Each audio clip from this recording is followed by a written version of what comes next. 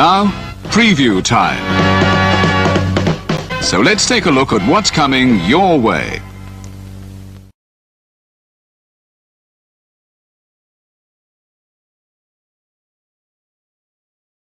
You ever wanted to come into a sports bar where the barkeeps know their game? Well, the Jeff Meacham Network, Multiverse of Media, has got a production just for you. Sit down and relax as the Stat Boy and his partner break down the statistics in all things sports. Whether it's football, basketball, motorsports, baseball, hockey, soccer, professional wrestling, mixed martial arts, boxing, and much, much more. All are welcome. Your barkeep's here. Keep you up to date and in the know of everything going on in sports, while also having a pleasant conversation about it all. Your host and owner of the bar, Stat Boy Mike.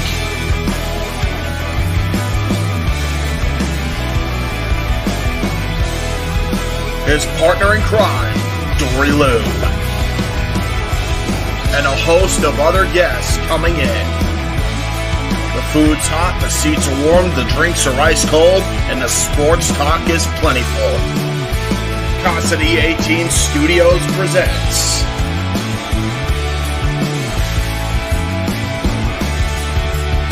Stat Boy Sports Bar.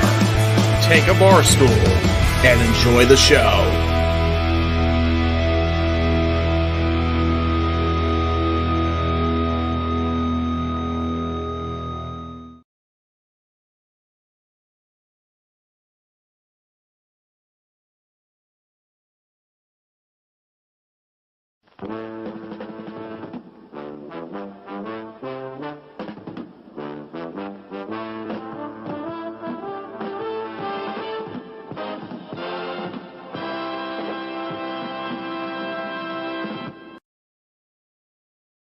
The following program contains strong language that is not suitable for young children. Viewer discretion is advised.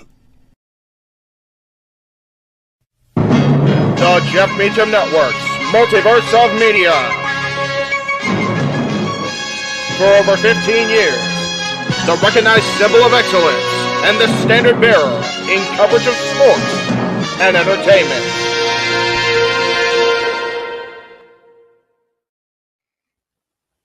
JJ, Jeff, you want to kick this thing off? Because I'm still trying to process everything here. Yeah, it's like, who wants to go first? Yeah, who wants to go first? Well, Come on in. It's open mic night with your host. you could maybe say there's really 4 topics, but it's split into 6. The Renegade, JJ Williams. The Sammy and Eddie Kingston thing, which one's the better smelling turd? And his panel of co-hosts. I am the founder. We'll call me that for today since we're going with the Jeff Jarrett love theme here this week, according to JJ. The West Coast Professor, Jeff Meacham. Karma is karma is karma. That's professional wrestling! Damn it! The Simple Man, Noah Foster. It's showtime! Yeah! How you doing, JJ? How you doing, Jeff? James. Yeah. And the He-Man, James Hebert. Imagine Bill Burr, Joe Rogan, Paul White, the Baldies! There you go! It sells itself! God. Get in there! Short his ass and shit the bed. He's not Amber Heard. Give it time, JJ, give it time. Now, I'm sure Jeff has some stuff that... Dumb move. Just don't pull this bullshit again. You get one. Tony needs to stop caring about the ratings. Bradshaw said as long as the ads are in place, we're not going to lose that third hour. Ring of Honor does not have to be AEW Light. They don't necessarily have to coexist with each other. We kind of saw that tonight to a degree. Along with a panel of guests. He is no longer glorious. Don't you bring that up. You want me to rant about what my NXT used to... No, we are done here for the night. I swear, James. Because you never know who may show up for open mic night. I leave our company in the capable hands of an extraordinary group of superstars, employees, and executives. The first thing that came to my mind was, it's about damn time. Amen! I literally touched everybody in the state's trash. So it's horrible, you guys. Peyton's new thing is Dennis the Menace, but it's funny because she calls it Dentist the Medicine.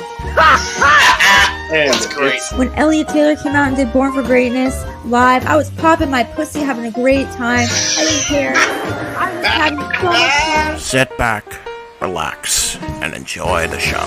Fuck Bill Belichick.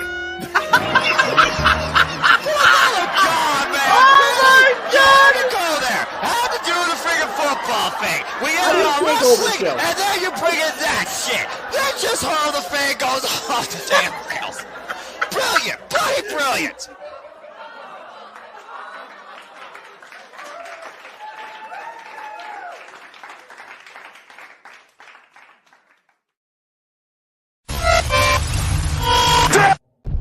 We're here.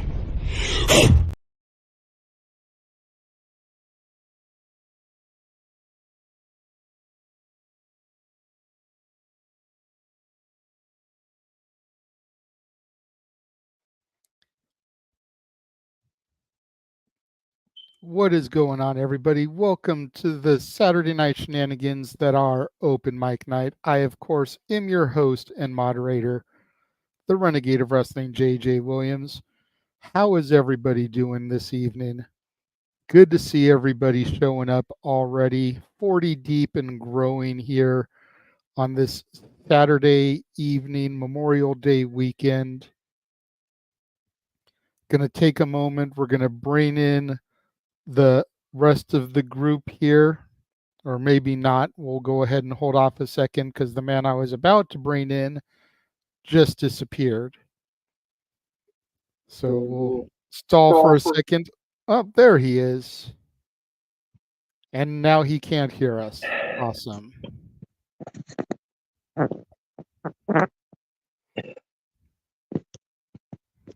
What in the hell? We hear you. Can you hear me? I will take it that's a no still. There we go. Jesus Christ. Okay. Can't even do a proper tribute to somebody that this friggin' technology pissing me off. Yes, seriously.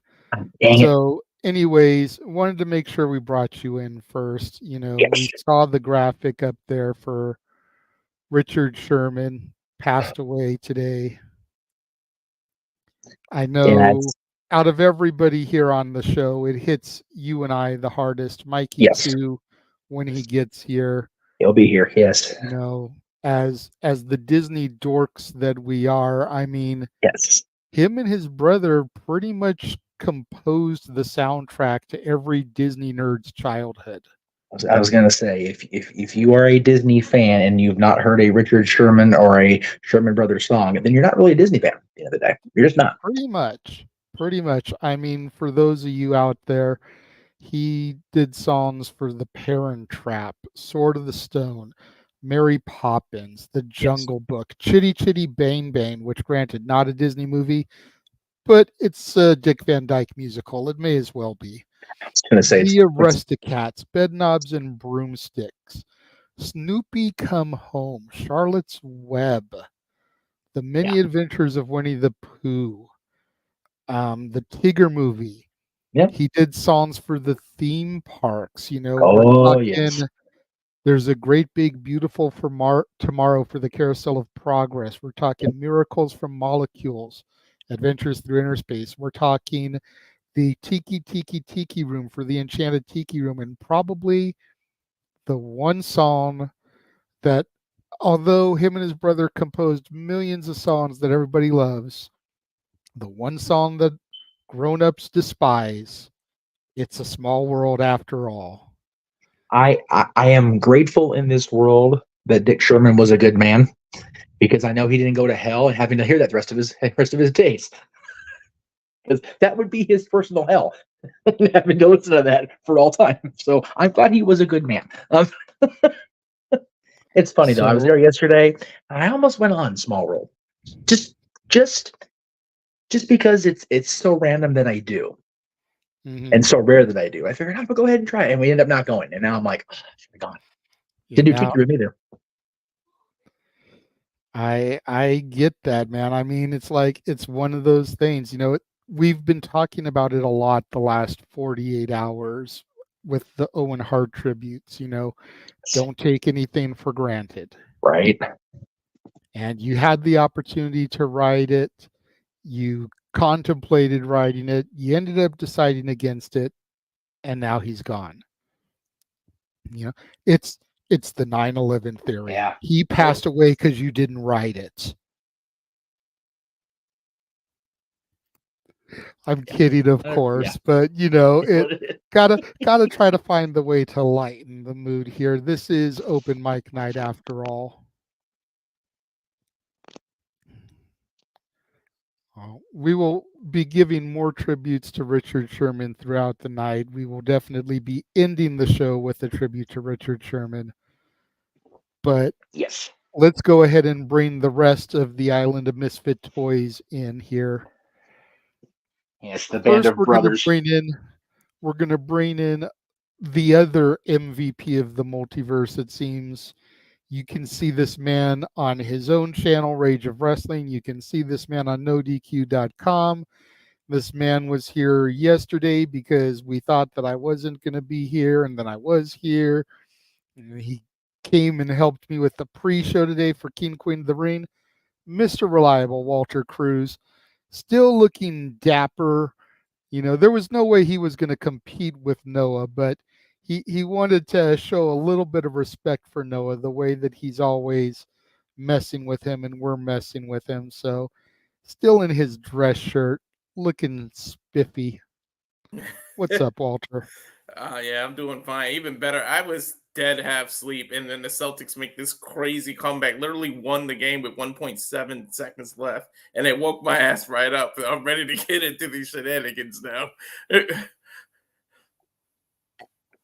That's how we do, and there will be plenty of shenanigans, you know. It says it in the chat rooms. And go ahead and say it again before we bring in our next panelist for the evening, but this is going to be a very free flow edition of Open Mic Night. I was not expecting to be here tonight. I was going to be working. I thought I was going to be doing a full 8 because my managers have told me, when you're scheduled, expect to do a full 8. So I went in at 2 o'clock today. I expected to be there until 10:30. But I went in there. I found out it was basically my test day for training and everything. And they were like, you're not going to take a lunch. We're going to supervise you for a little bit, kind of scout you, give you the test, and then you'll go home after that. And ended up not even taking the test. I passed, didn't even need to take the test. The guy that was scouting me was like, we're starting to get busy, so I'm not going to give you the test because we'd have to take away a table to set up like a fake table to make sure you know what you're doing. I've been watching you. You know what you're doing. It's like my only criticism to you, something to be on the lookout for, is you need to pick up your pace, which that'll come with routine and doing it over and over again. And you need to start putting more stuff on your tray. You know, you can sometimes get more on your tray than what you get. And other than those 2 little critiques, I was good to go. So I've passed training at this job. My next shift, I'll actually be able to earn tips, which is a beautiful thing. Mm-hmm. So, but yeah, so there's no topics planned. We're basically just opening the forum here. Whatever you guys want to discuss. I've started starring a couple of questions that I've seen. It's got to be a good one, though. Otherwise, you've got a super chat. Super chats will take priority. You know, just like most forums. And don't hit us up with the you're begging for super chats thing. I see JD from NY do it. I see Vince Russo do it. I see Conrad Thompson do it. Super chats take priorities. So you guys can ask us for questions. If it's not super chatted and it's good, we'll get to it. But if it's super chatted, we'll get to it regardless. Let's go ahead and bring in our last panelist for now. The Heeb-man, James Hebert, in the house. I am not a misfit toy. I am an autistic toy. There's a difference. You are the misfit of misfits. Dude. Yes, exactly. You're Teen Moonrazer, man. You run the island of misfit toys. Here's the thing. I am Papa Spud because yeah, exactly. Buy the t-shirt. I am Papa Spud because I am, autistic. So there you go. I run the Charlie in the box. I am the Charlie in the box. I run the Spud factory. We got plenty of. Nope. Oh no! Sorry, I got muted. My bad. I went too far this time. Oh no! Yeah, I think he was trying to mute himself and accidentally muted you. Yeah, it's fine. Don't worry about it. Because he's on his phone. That's why so when you guys see Jeff's finger all up in the thing, it's because he's on his phone. It's the J's. Too many J's. He's got to know who to mute. Yeah. But is that the J I need to click on? I don't know. It's never good when you can't find the J. Anyway. Exactly. So we are here. I'm sure Noah will be here eventually. Noah almost never misses a open mic night, but he's been tired. Yes, I see your hand up. Unless the founder gives him the night off because he is that tired. Oh, you told him not to show up? I just now chatted with him and he's like, sorry, I just woke up. And I'm like, dude, if you need the night off, take it seriously. Yeah. We're good. And Yeah. he's like, and he flat out said, I'm going to try to stabilize my sleep ahead of tomorrow because tomorrow's going to be a long one too. I said, dude, good night. Sleep well, please. Yeah, Okay. seriously. It's a long day, brother. So, I'm not surprised. Yeah. So it's all good. Hey, so with that being said, I guess since I've got the little one here and you've got sleeping people here, if you want to hear these two dipshits sing for no reason, super chat, simple as that.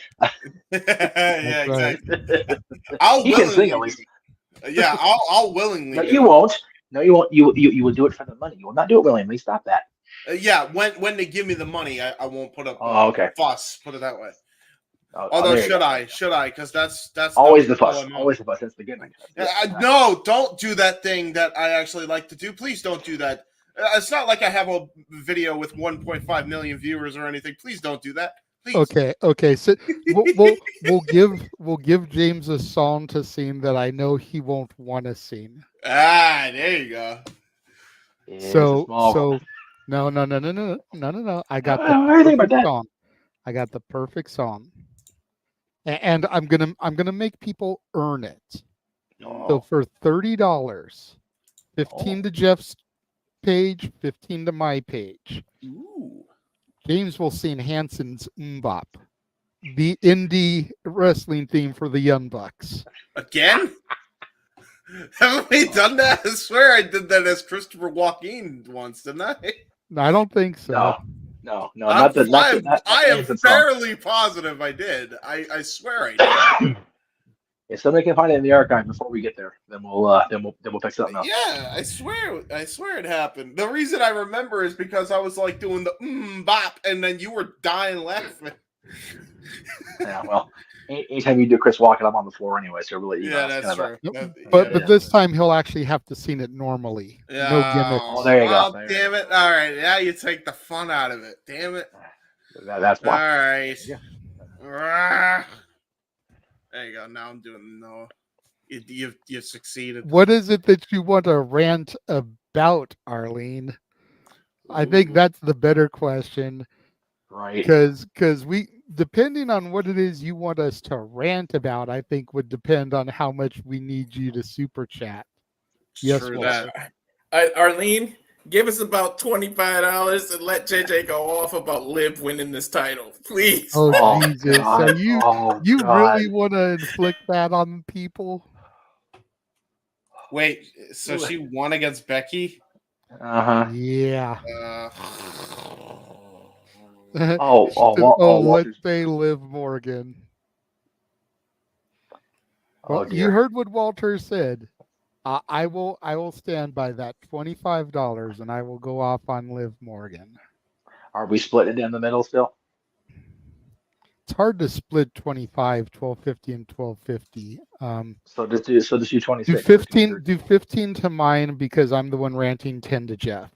There you go. Okay. I feel like that's a. And then the next one will make sure gets more to you. There you go. Yes, I'll just take the pay cut without authorization. Sure, why not? Well, like I said, I'm the one doing the rant, so He's not wrong. He's not wrong. No, I know. Oh God, I can really talk anyway. Since we have the freaking excited in the green room, let's go ahead and bring Stat Boy onto the stage. You're talking about ranting hello. We're also talking over somebody. How about we let us introduce you? Exactly. Couldn't just be patient and wait for us to bring you on the screen. Well, you're talking about what got me started in the podcasting business, and here I am. That's true. All right. Emmanuel makes a good point. How about we make it $30 and Jeff rants too? So 15 and 15. I'll rant about something else because I actually don't mind that she won. There you go. 15-15. Let's remove Jeff from the thing here. How about this? Wow. JJ rants about Liv, and Jeff rants about the Jeff can rant about being taken off his own fucking show. Wait, Jeff, I got it. It's for the bit, JJ. I'm sorry. There we go. Okay, see, you shouldn't be in the producer studio anymore. Yeah. What are you doing there? Hey, listen. I had to get one back for you, Jeff. It's okay. Well, Here's the boundary. I'll log off after this, I promise. I had to do it. James, here's the boundary, and here's what you did. Don't overstep. For real. Hey, listen, the bit there you go. Hey, see, now you joined it into the bit. Oh, man. Damn it. There you go. Okay. Yeah, as far as the game, I got nothing to rant about. The Kings are actually starting to make forward progress. I'll think of something. Don't worry. There you go. You know me. I can get riled up if I want to. The thing is, you want people to rant, the people have to be quietest in their own houses. True. That's actually fair. This is fair. That's why she's catching it early, though. It'll be fun because it'll be a quiet rant. I'll have to be. That's stupid. They'll be like, "What you said?" I said, "Like, adjust your volumes accordingly because I'm about to go off on this bitch, but I'm gonna do it real quiet." Whatever. Damn. No, you gotta say it very silent. Gosh darn it! All the heck. While we wait for Arlene to decide if she's going to actually super chat. Yes. We'll go ahead and get to some of these that have already been thrown in. There was a question from Calvin. Says, Jeff, I have a question. So apparently he doesn't want any of us to answer, just Jeff. What's your favorite King of the Ring from the past? From which year and why? What the fuck? Okay, I have my rant. Okay.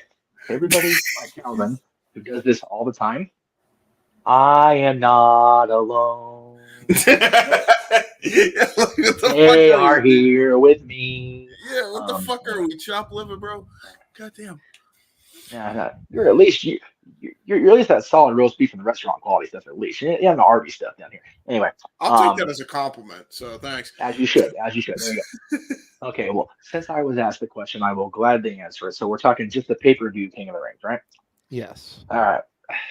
God, it's really hard to argue with the 2000 show between the bracket and the other matches, 2001 was a solid show too, though. You had that amazing match with Shane McMahon and Kurt Angle that everybody, not just Greg Sherry, talks about. Yeah, to tell how's the heat in Texas? Oh, fuck me. They're posted 98 degrees. I'm like, are you really? And I get it. 98 degrees in Texas is hot because the shit sticks to you. So, shit was hot when it was 98, like one time a year. So fair enough. 98 in Texas is, especially in May, is bad. So I don't begrudge her a friggin' bit for bitching about it. But to be fair, she went all the way there to see somebody she can't even really see. So it's like, why make a trip?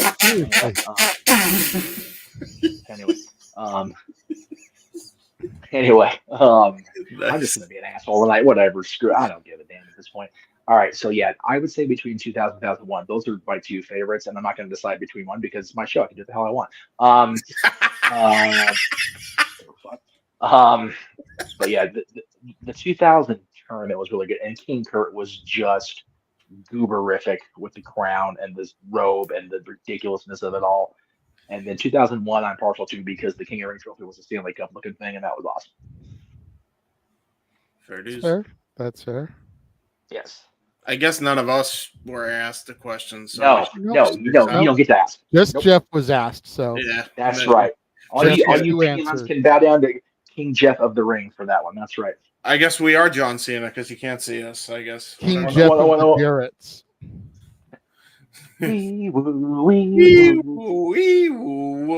That's right. And there's no Noah to not copyright me. Walter bowed out because we wooed. Walter rewrote on we wooed. Rewrote. Emmanuel asked me something there. If you want to. Okay, but we're not there yet, Mike. How about we let the producer produce? All right, fine. There you go. Mikey, that's 2 already. You've been here 10 minutes. I have not begun to piss off the family yet. Okay, good to know. Because we did get a super chat from Arlene. Yeah. And super chats take priority. Host of his own show, who should know that already. Mm-hmm. Let's hear your rant, JJ. Okay. I will. Where to begin with this? So, for starters, I was hoping I wouldn't have to do this, but no, I seriously, because I went off enough about it this morning. I legitimately think I scared Josh, because the minute Jeff showed up, he was like, "Oh my God, it's my Lord and Savior, Jeff Meacham, here to protect me from the evil devil, JJ." Yeah. Like legit, that's the way he was going off. But what a difference 6 months makes. I mean, you go from this to this.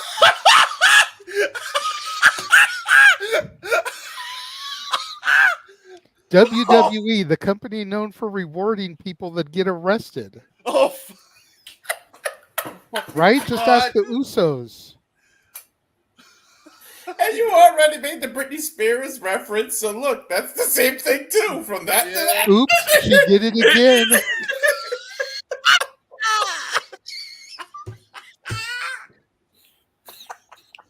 But I mean, seriously, like, let's take a look at this from a serious nature for just a second. Like, I know everyone is laughing in the ha. Yeah, no. But let's for just a second. I don't know about any of y'all, but if I got arrested, my job would suspend me, probably fire me, if not definitely demote me and limit my hours. Yeah. Not put me as the final 2 in my first match back, and within 6 months award me with a championship. After I legitimately injure the champion. I don't know about y'all, but my job, any legitimate job, would not give you that kind of reward. I see you, Jeff. It's my rant. Hold on. Liv Morgan. I said it tonight, or I said it earlier today on the call. The only women's champion who is less credible in WWF history than Liv Morgan was Harvey fucking Whippleman. Oof. Wow. Stop me when I'm telling lies. Liv Morgan is 75 pounds, soaking wet with cement shoes on. How is she supposed to be presented as a legitimate champion before Rhea Ripley comes back? Every single woman wrestler in the WWE on their roster, even the girls down in my NXT, can pick their teeth with Liv Toothpick Morgan. There is not a single person on that roster that Liv can beat and be believable defeating. And I get, don't anybody in the chat give me, but wrestling's scripted. It's not real. It's fake. Yeah, no. You still have to present a little aura of believability in some of these fights. Yep. There's a reason they took the title off of her as quickly as they did when she defeated Ronda. She wasn't believable. We don't know when Rhea's coming back.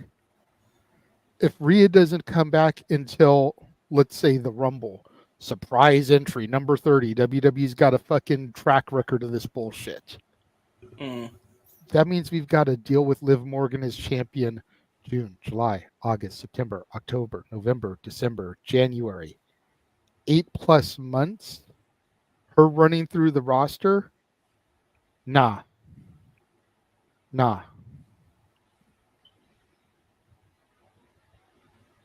There is no money in Liv Morgan versus anybody unless it's Rhea Ripley. None. That's why Nia Jax won Queen of the Ring. Because there's no money in Lyra versus Liv. There's money in Lyra versus Becky, but there's no money in Lyra versus Liv. Mm-hmm.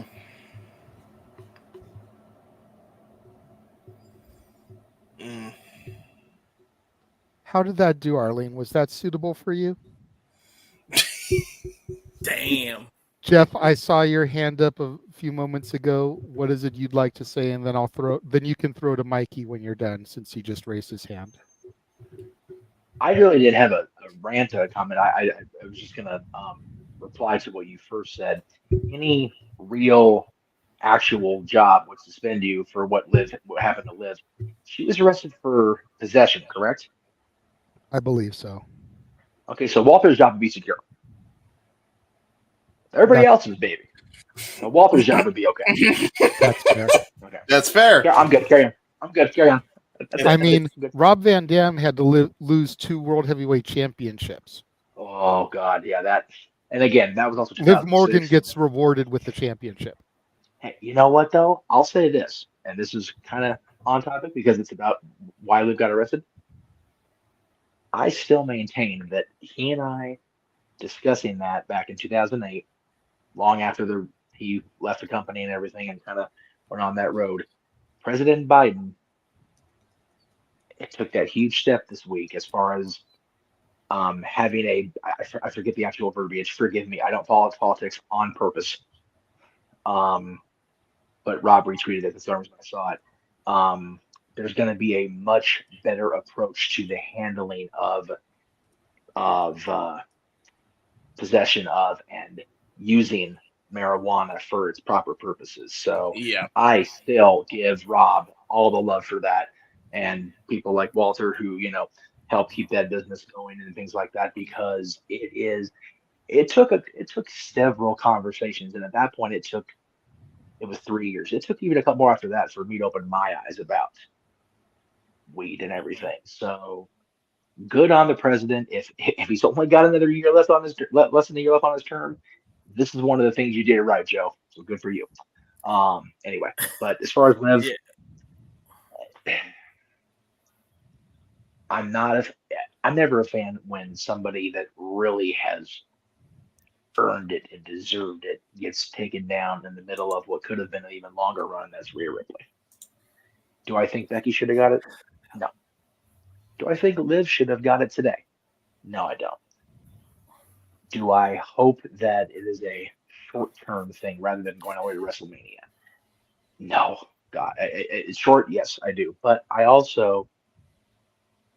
of take the same approach I took to the show I saw last night. It was first back. It just happened. I'm willing to take a let's see what happens next approach with the story and the character development.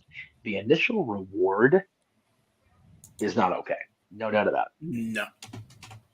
But I'm willing to wait and see what happens on Monday.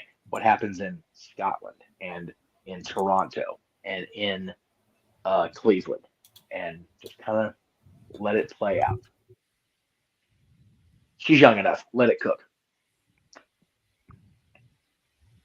See, and I wonder where things really changed for me, because if y'all remember when she won the briefcase and cashed in, I was in favor of her.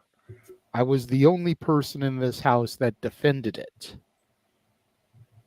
Everybody else in this house was pissed because she cheated to defeat Ronda. I can vouch for that. That house was upset. But something happened along the way. Maybe I just realized that she wasn't all that in a bag of chips. Yeah. Maybe it was the way the title run was, but maybe it's just watching people on the internet fucking simp for her. Like she's the greatest thing ever. Like she's Trish level. She's not worthy of lacing Trish's boots. Yeah. And like she's just not that good. That's why I stay off social media for a majority of my day now, because of shit like that. That could definitely ruin your mood. In my personal opinion, and I'm sure Walter will agree with me here, Jade Cargill is better than Liv Morgan. Yep. Of course. Yeah. And when you think about how botchy everybody complains that she is, she's still better than Liv. Think about this, JJ. Liv got arrested, like you said, 6 months ago. They reward her with a title shot. Mandy Rose makes a little bit of money on the side with her body, and you completely fire her over that. Yep. One got you. One sent you to jail. Yeah. The other just lined her own pocket. Well, I don't think she actually did time. She did about as much time as Dominic Mysterio did. She got arrested, got taken down to the precinct, fingerprinted, mugshot taken. She was maybe in a holding cell. She didn't do any legitimate time. The jailbird lovers. Maybe that's why they've started to connect. Is their jail time. Yeah, you know. Ex-con Dom, ex-con Liv. Jailbirds of a feather flock together. Too bad Ray Taylor passed away. You could have the big boss man as their fucking warden come into the ring with them in cuffs and prison jumpsuits. Oh, Jesus. They're going to both start coming to the they're ring going up with to the black and Canada white. for Money in the Bank. What's the Mountie doing? Yeah, there you go. Get the Mountie balls. Jeff's trying to find his waiter for the check. Yeah. Then Well, I'll you come are the along and bust waiter. no, I'm the busser. I'll Yeah, come that's along true. behind and bust the table. There you go. So we got Mikey that wants to say something. Yeah, I know. Mikey is still being patient and waiting. I'm gonna be that dickhead though. Shawn Michaels 95-96. Follow that, sir. There needs to be like 3 levels of Statboy approved, and right now that what you just said is beyond the highest one. I mean, Statboy F and approve is not good enough. It needs to be higher than that. Oh, that needs to be like me looking at like a devil face or something. I don't know, and it needs to be red. That because that was amazing, and I'm not saying that because you're my brother, because I'm saying that that's how I honestly feel. Yeah, like I said, I can't praise my brother enough. WWE booked this guy, give him a job, because what he's Triple H saying would you're be not doing. scared of having me in corporate. I'm just saying. I mean, I've long since thrown away that golden ticket. So then take. yeah. So Jeff, What was do you that, want? Jeff? He said, "Oh, Then take it.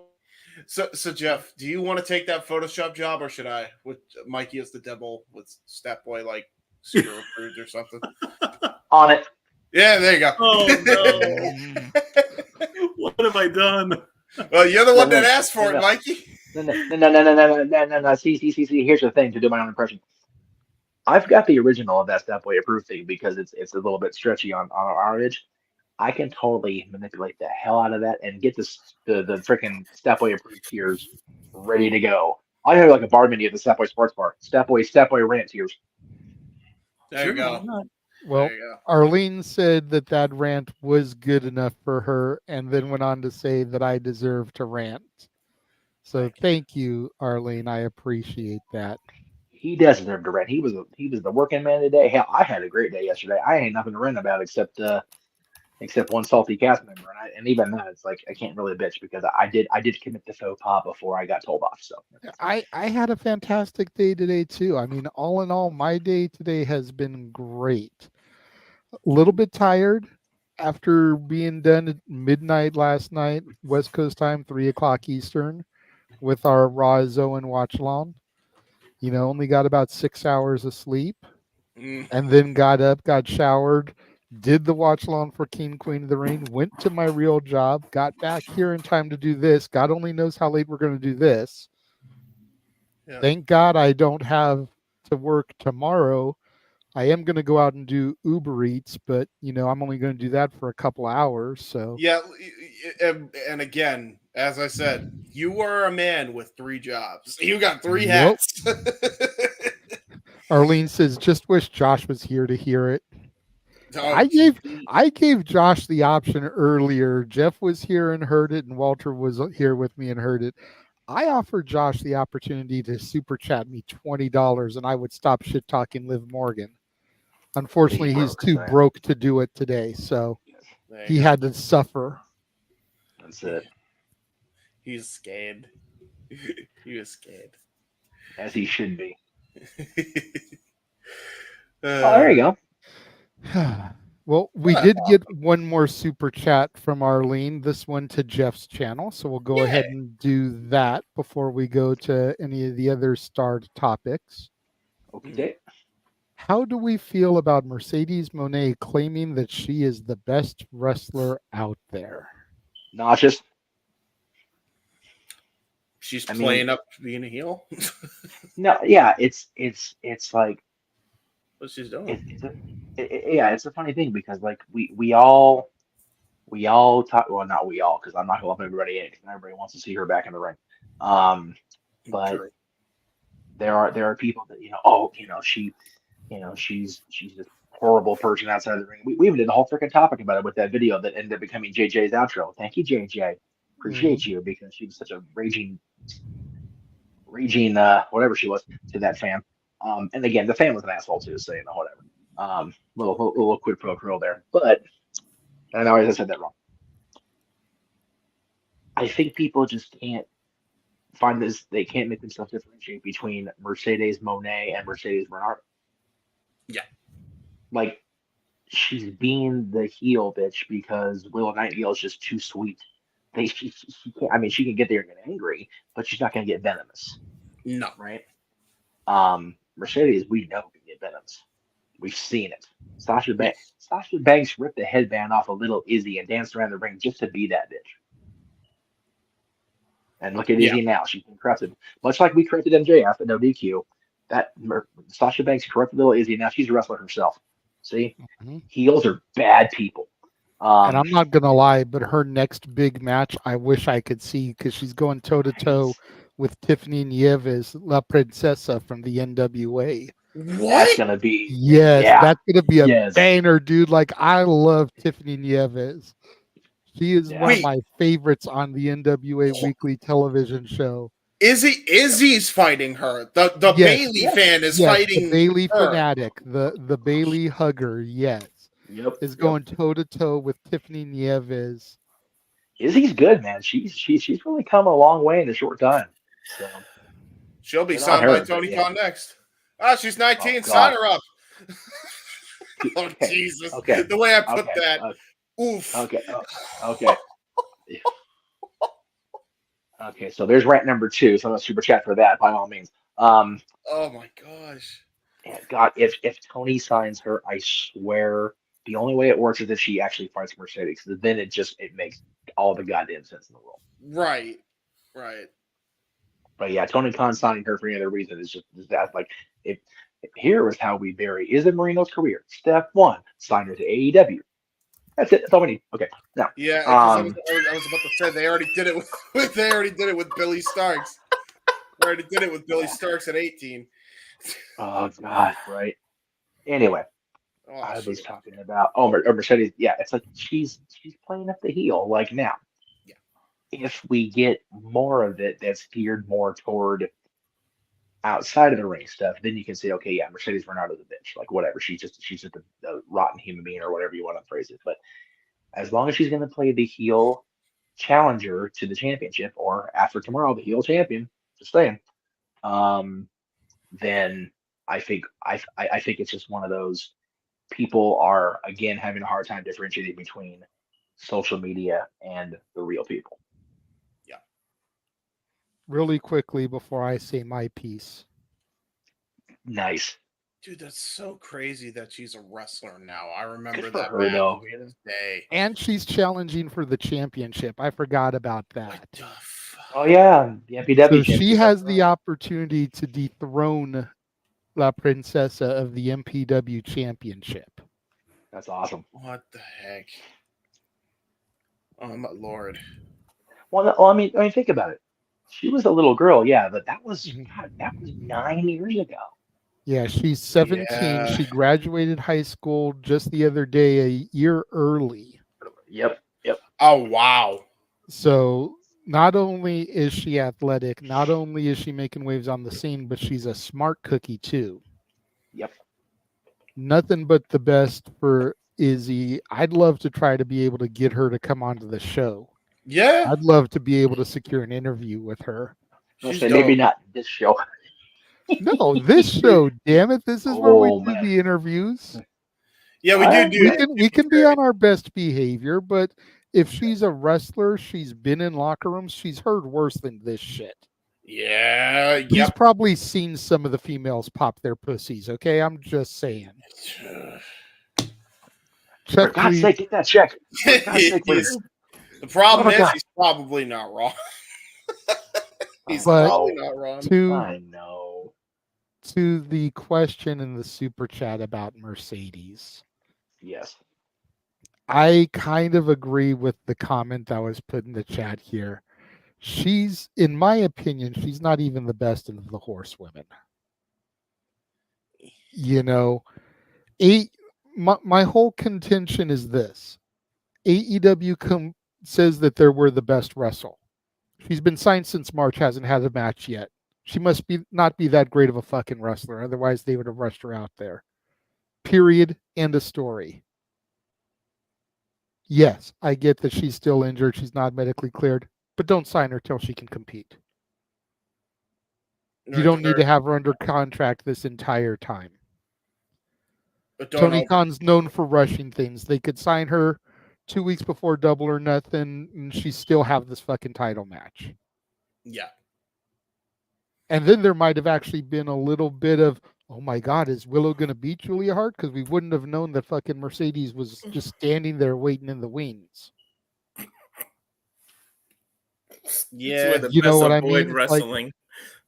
You want to talk about telegraphing how fake this shit is? Like the minute we saw Mercedes show up, we knew she was going to defeat Willow for the TBS title that she hadn't even fucking won yet. Yep. Just saying.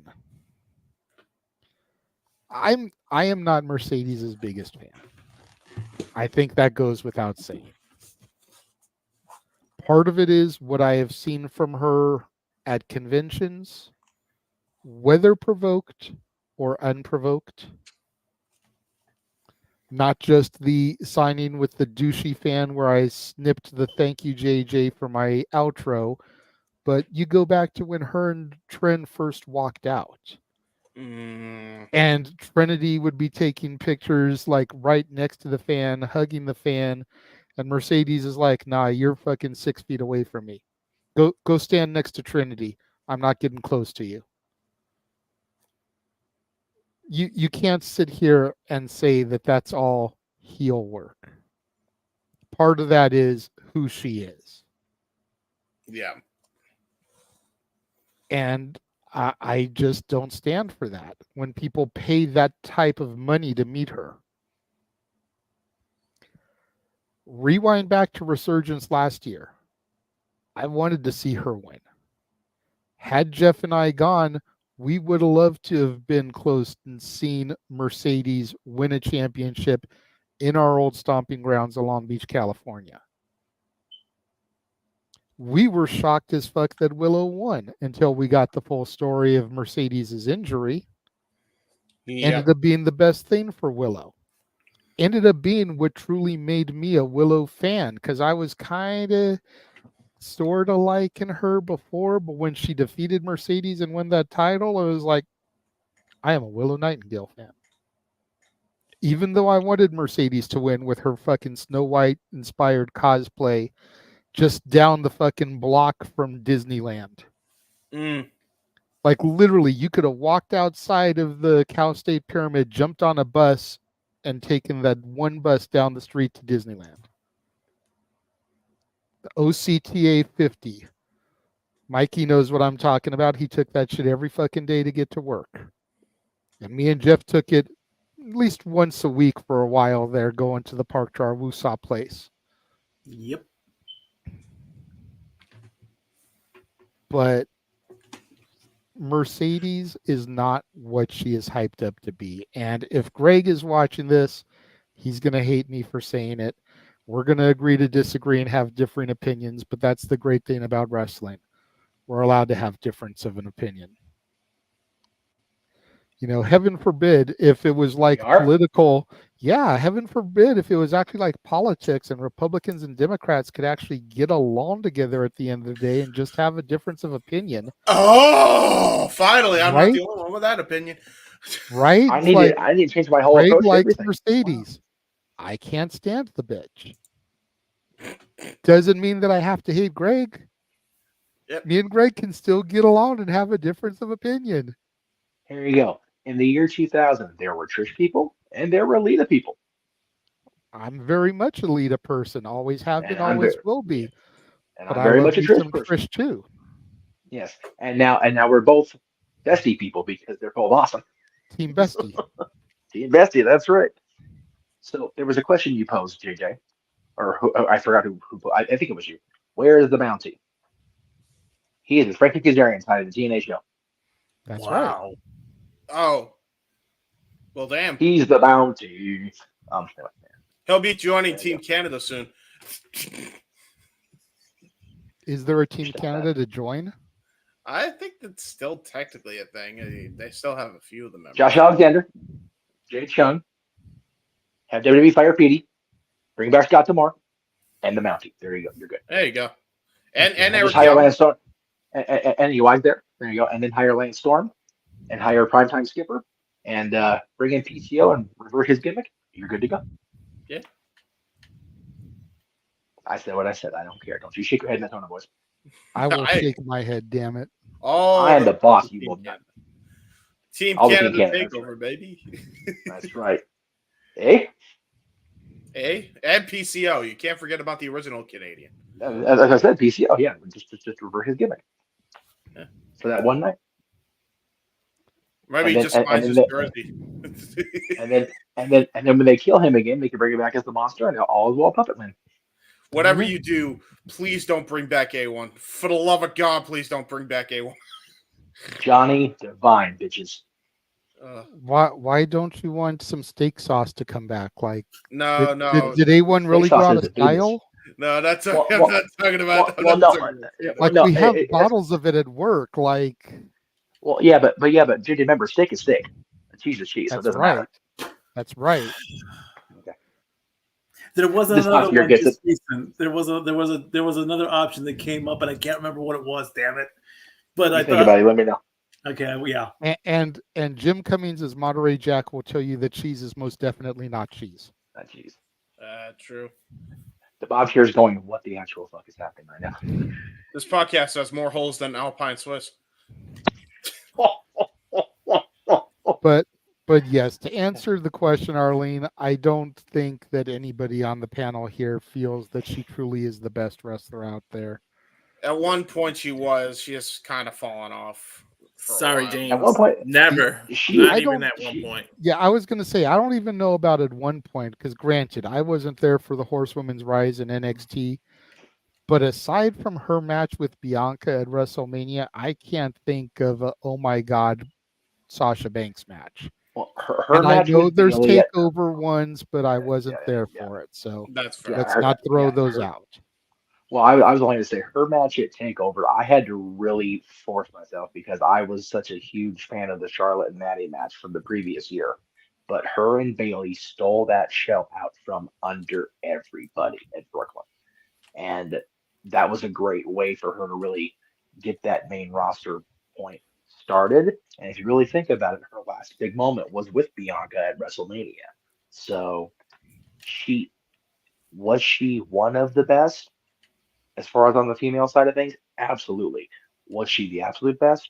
No, she was not. And I don't think she was ever the best horsewoman, period. I'm going to say what I'm going to say, and I'm going to get, lynched and, raked across the coals for what I'm saying it, but numbers don't lie, kids. But I still think that Bayley had a lot to prove. She's doing it now because she's able to.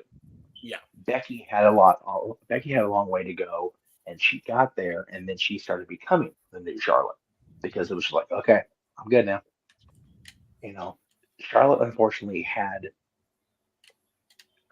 the booking, the way she was booked allowed her to get dug into a hole with the fans and with the critics that just she's never going to dig herself out of unless she comes back from this injury and just does something completely out of the box.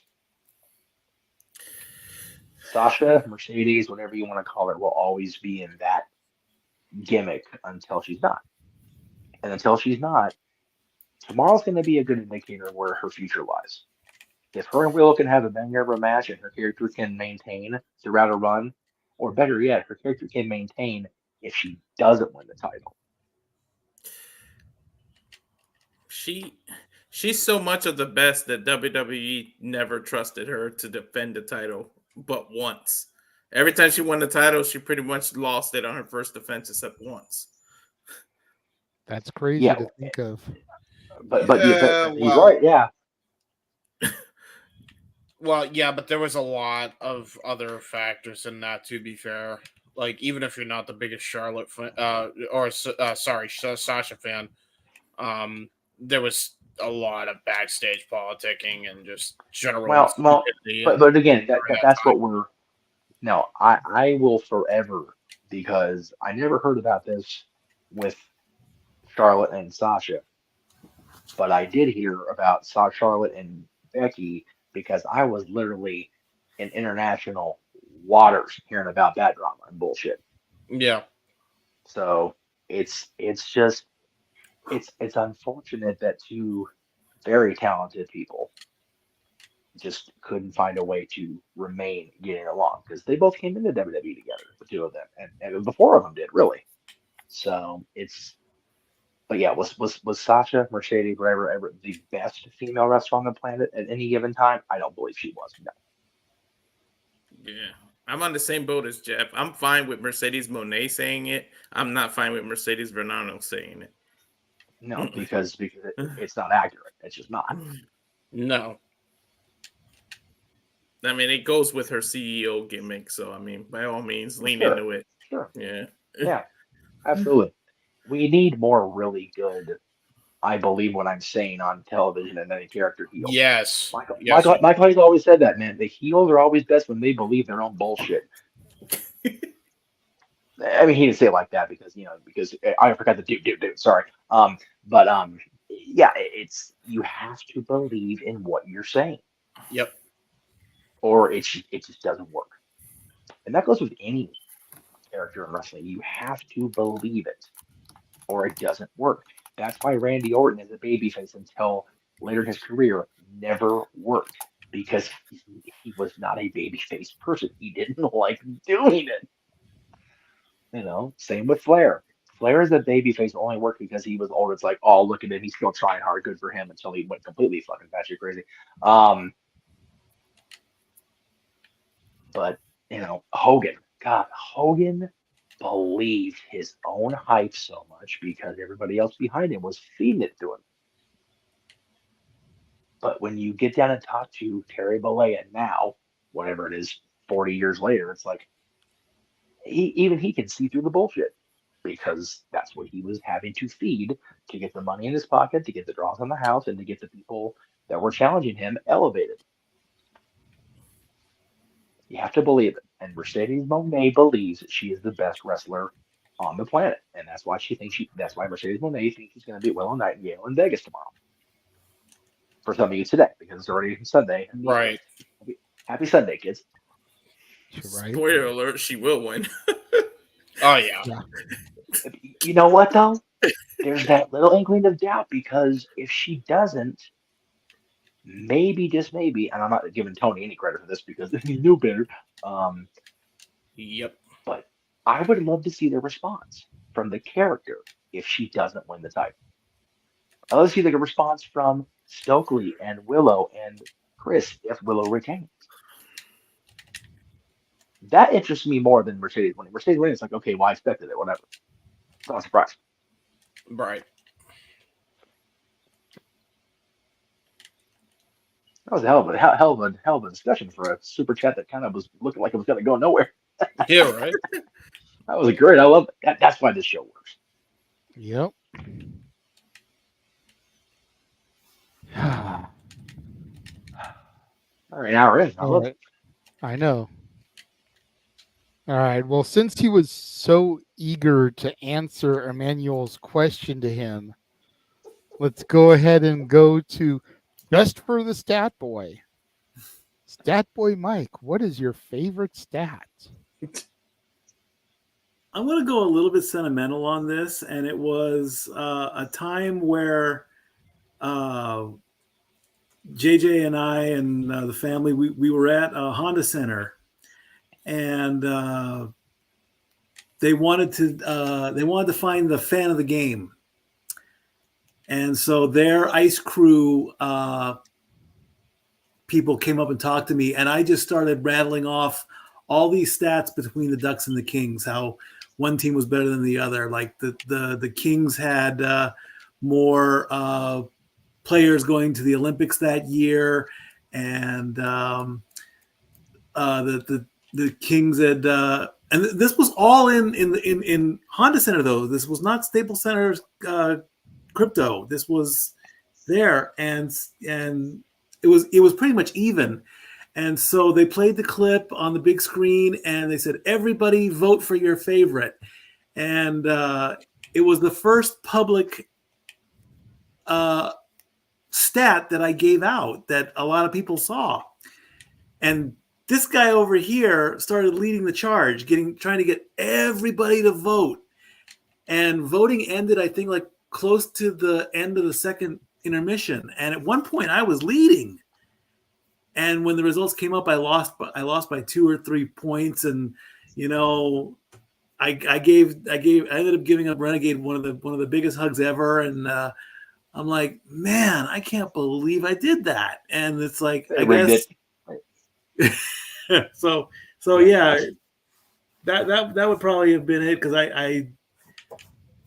they wanted to know, what kind of stats I had between the Kings and the Ducks at that time. And I was fired up. I was working the crowd. I was just trying everything to get every possible vote. And I think the winner would have gotten like a free dinner to their in-house restaurant at Honda Center. It just didn't happen.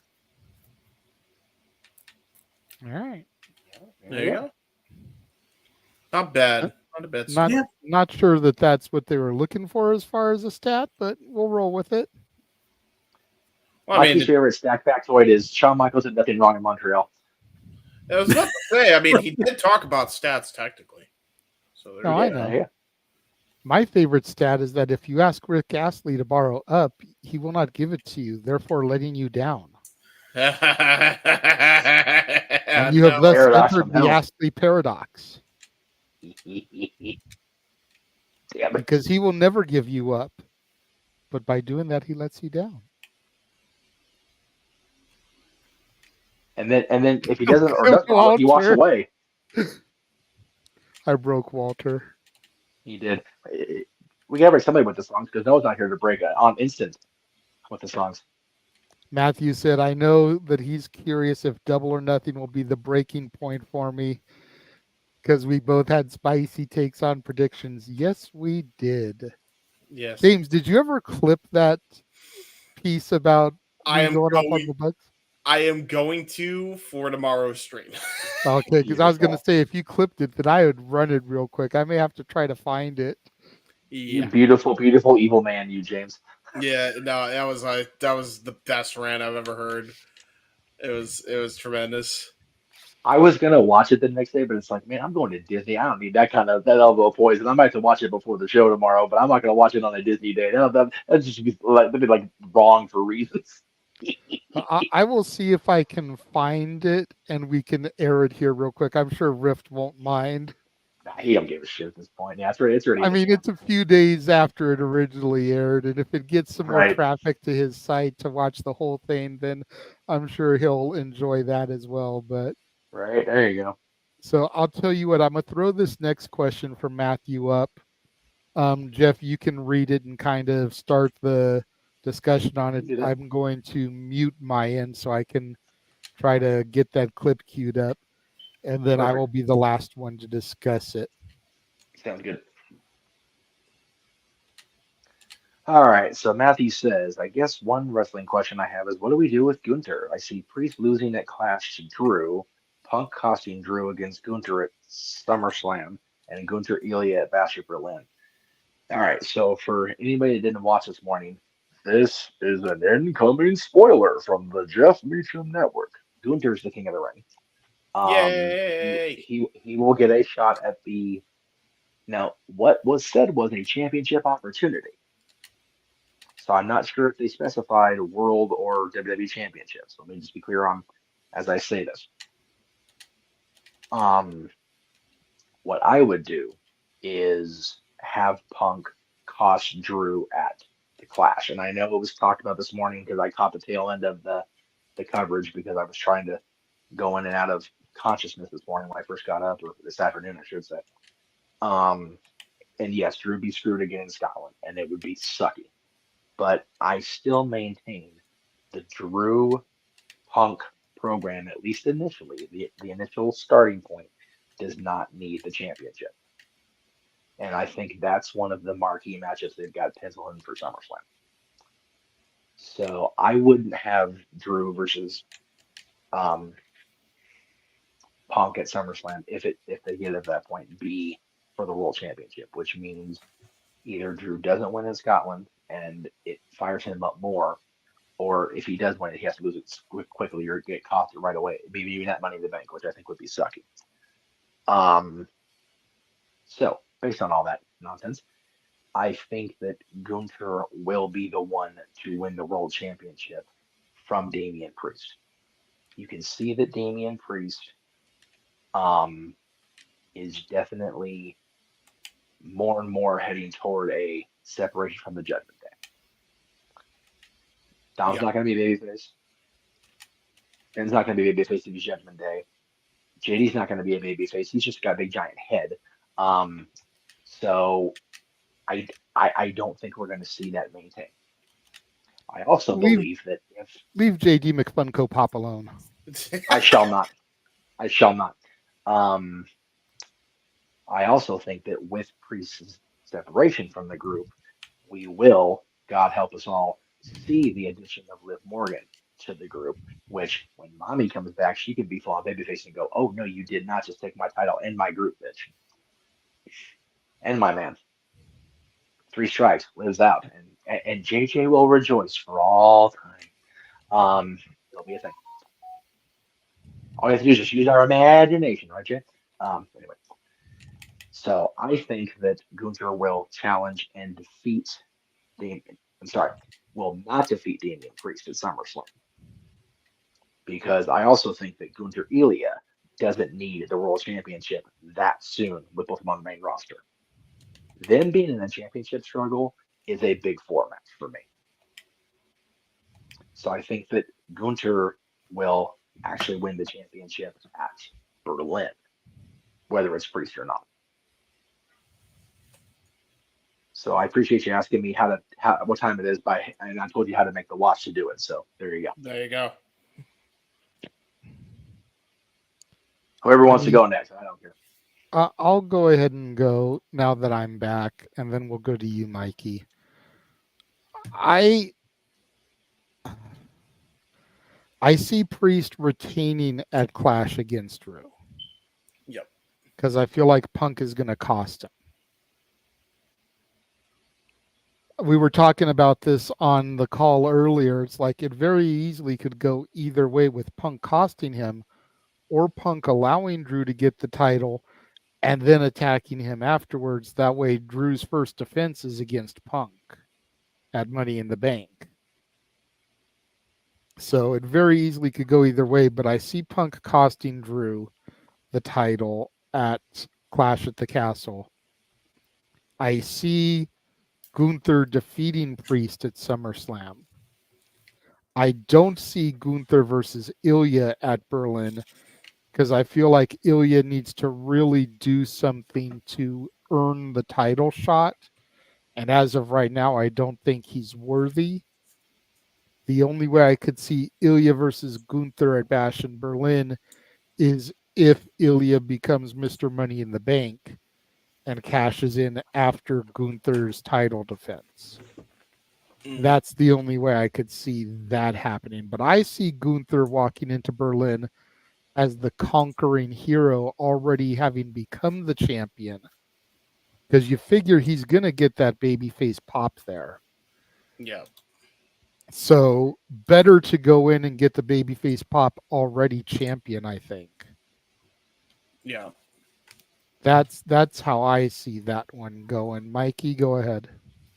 I would say that I want to see a trilogy between Gunther and Cody, if it's possible. It's definitely possible, but why that over? And you've got to figure Raw and SmackDown. Yeah, that's where the problems lie within. If Gunther does defeat Priest, that's the top spot. We get that. Yep. Could you see champ versus champ, Cody versus Gunther, champion versus champion at Survivor Series? Only if they're doing that brand supremacy thing, and I don't want them to go back to that. And if he does beat Priest, would a 600-day reign as that championship mean something? Don't give him Roman levels, because we've discussed that many times in the past. We don't need to go with that again. But would it? Well, you wouldn't need Gunther, I think, to have a 600-day championship run because you've got the Money in the Bank briefcase. That's how you get out of him having a super lengthy run and it not weakening him because you cash in the briefcase after he's already defended the title on his promo. Yeah. Yeah. We do not need any title reign for at least 5 years to go past a year. Right. Period. No title reigns need to go past a year, and even a year I feel is a little bit pushing it. You're basically going mania to mania. That I can understand to a degree, but anything past that, you're pushing it, I think, for at least 5 years.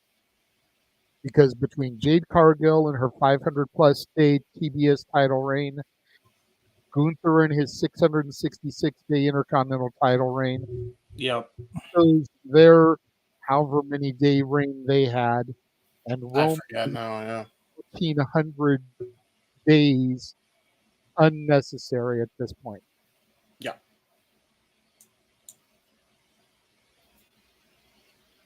Okay. But not a bad thought in theory, Mikey. It's just that there's so many damn long title reigns lately that it's kind of, yeah. We're worried about that one being the case. Did you have anything else you wanted to add, Mikey? I know I kind of interjected over you there, and I do apologize for that. But Nope, it's all good. okay, James or Walter? I don't know. It's weird because I feel like there's gonna be a lot going on before then. You know, I right now I think, you know, you got Punk and Drew that, as you guys said, doesn't need the title. I think Gunther, Ilya at Bash in Berlin definitely can happen, but I don't think Ilya can get the win if they do that match. Because I mean, Gunther's going to be the babyface going into the show. I mean, this is just how it's going to be.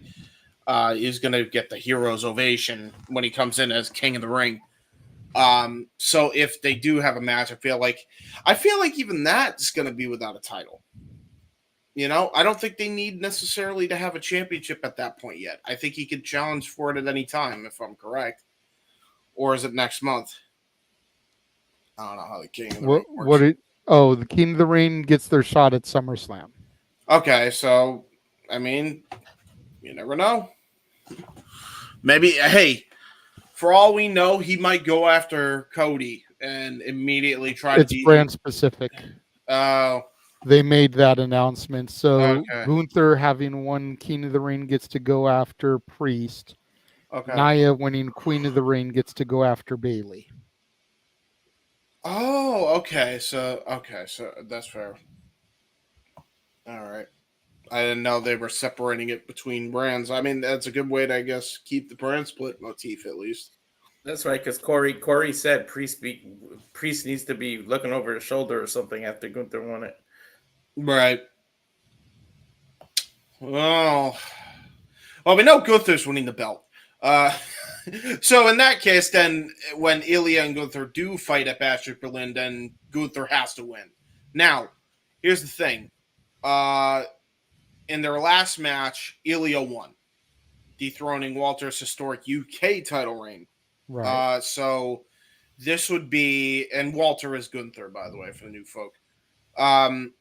So this would mean Gunther would have to get the win here, and then you would have to imagine that the rubber match is going to be at some point after that. So just keep that in mind as well. And also, you don't want to do it too soon because you also want to make sure that, you know, Gunther drops it to Ilya at WrestleMania if you're going to try to push him at that point.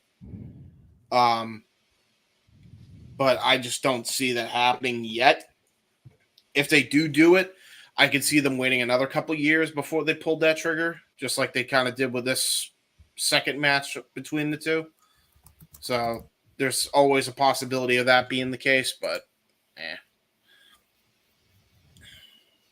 Yeah, I could see them doing Ilya and Gunther, but I don't see it happening anytime soon. I don't even see it happening at Mania. No. I think we really have to establish Ilya on the main roster. You know, think about how long it took to establish Gunther on the main roster. Yeah. You know, and for the people like myself who have never seen the match, granted, I'm aware of the history thanks to you and Noah, but for those of us like me that don't really know the history of Ilya Dragunov and Walter Gunther, time has to be given to tell that story. Right. To make that encounter matter for anything. You can't just throw it out there, even at a WrestleMania, without really giving us the story behind why I should give a shit about this. That's fair. Yeah. Walter, go ahead and bring us home, and then we'll go to commercial. I'm with you. In terms of the Ilya and Gunther, I think you save it since you're already advertising it 2 years in advance. Wait till SummerSlam Minnesota, and you got 2 years to build the whole damn thing.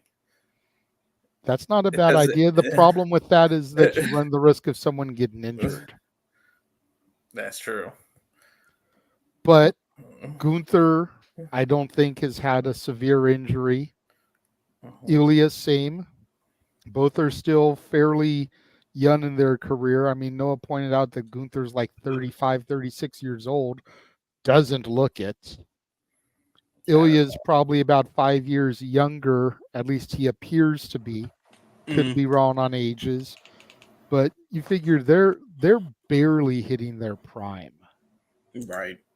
As long as they can stay healthy, they've got time on their side to really tell this story. Yeah. They're still on the if you think about it as a roller coaster, they're still on the ascent before that hit the highest peak to go back down. For real. Like I would almost, and I know some people have alluded to it, some people are against it, but I would almost rather see Ilya replace Giovanni in Imperium and really kind of build, keep your friends close, your enemies closer type of story before they finally pull that trigger, because that gives them time to tell our story. Right. That gives them time to be like, oh, they have this history going back to NXT UK. That's why they're aligned together. They've gone to war with each other. Who better to stand by your side and fight with you? Somebody you already know's battle tested.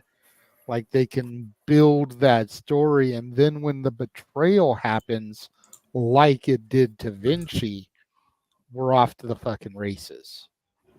Yeah, I definitely like that idea, but either way, you need time. But in terms of the question, I don't know how you do it or how you go about it, but the end result needs to be Gunther with that damn title. Like, I don't care how you do it, but he's got to do it. Now, whether I agree with you guys about Punk, and I know we talk about hot potato, like, you can risk it going from Drew to Gunther, but I'd just much rather, because that story is already kind of written in there, I'd rather have Punk screw Drew so that you don't hot potato the title, and Priest can lose it to Gunther at SummerSlam, because at least a little bit more time has spanned between WrestleMania and SummerSlam, where he had a little bit of a run, and he can lose the title, and then the story becomes about Priest and Judgment Day, because that's eventually what it's going to Priest lead, and then you build sympathy. He lost the title, then now his friends in the group are turning their back on him, and now you got a white hot babyface again. Priest can turn into a babyface, building all the sympathy from that, and then we'll see what goes on after. So I think that's what you do here. But either way, Gunther's got to end up being the title, and I like him going in to Berlin as the champion, because like you said, you already know he's going to get the babyface pop. Why not just let him already have the title and get that pop? Agreed. All right, so we're going to take a commercial break. We're going to show James's trailer for his uncle's documentary, give people an opportunity to use the potty and grab a beverage if they need, and we will be back in just under 4 minutes.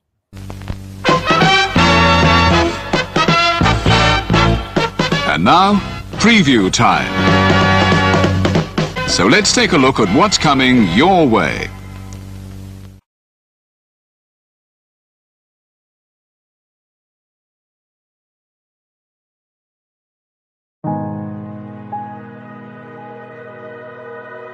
Gary Hebert, the man, the myth, the legend. I was amazed, and I was looking to become a better skater myself, and I wanted to be like Gary. When you look at a guy like this, he's one of the most talented people in his profession. He's been given gifts by God. It can get frustrating at times when you're trying things that, that maybe don't come as quickly to you as other things. And, you never really felt that sense of frustration with Gary. It was always about improvement and positive reinforcement. Was it really the end? Was that head injury really the end? God has called Gary to continue to be a blessing to others and to be a passionate example. My name is Gary Hebert, and this is the World Academy of Hockey, otherwise known as the Inside Edge. I would recommend anybody that have a chance to come to his hockey school. I think it'd be well worth it. It'd be rewarding to all the kids and anyone he coaches, from whether it's an adult, a professional player, to a little kid like a Mike or a Squirt. Gary, from day one, has been instrumental to my hockey career. I started out as a potential Division III player, and Gary brought me single-handedly through high school and into a top Division I prospect. I owe it all to Gary, the biggest legend on and off ice there's ever been. Listen, watch, learn, be confident, and have faith. Those are the answers I was brought to. Yet, I only now am really learning how truly important those 5 things are. Through preparation, through appropriate thoughtfulness and thinking, we can learn to untie the typical knots between our ears that drive us into underachievement and underperformance. And lo and behold, we can learn, I think, to fulfill our God-given potential. Gary has the innate ability to make people not only better players, but better people. The life lessons they learn from Gary are incredible. I can always remember leaving that rink knowing as a player I got better or I had something to improve on to get better. And I think that's what you excelled on as a coach, is giving us the knowledge to know what we needed to do to get better. There's coaches who know the game, but can you communicate and create passion in your kids and in your players? And Gary's able to do that. Gary's got great knowledge and the great hands, but more importantly, his ability to connect with people and care for them. His communication skills, to me, really stand out, separate him, and that's why he's one of the best, in the world. Gary's a legend. He's a special, special man.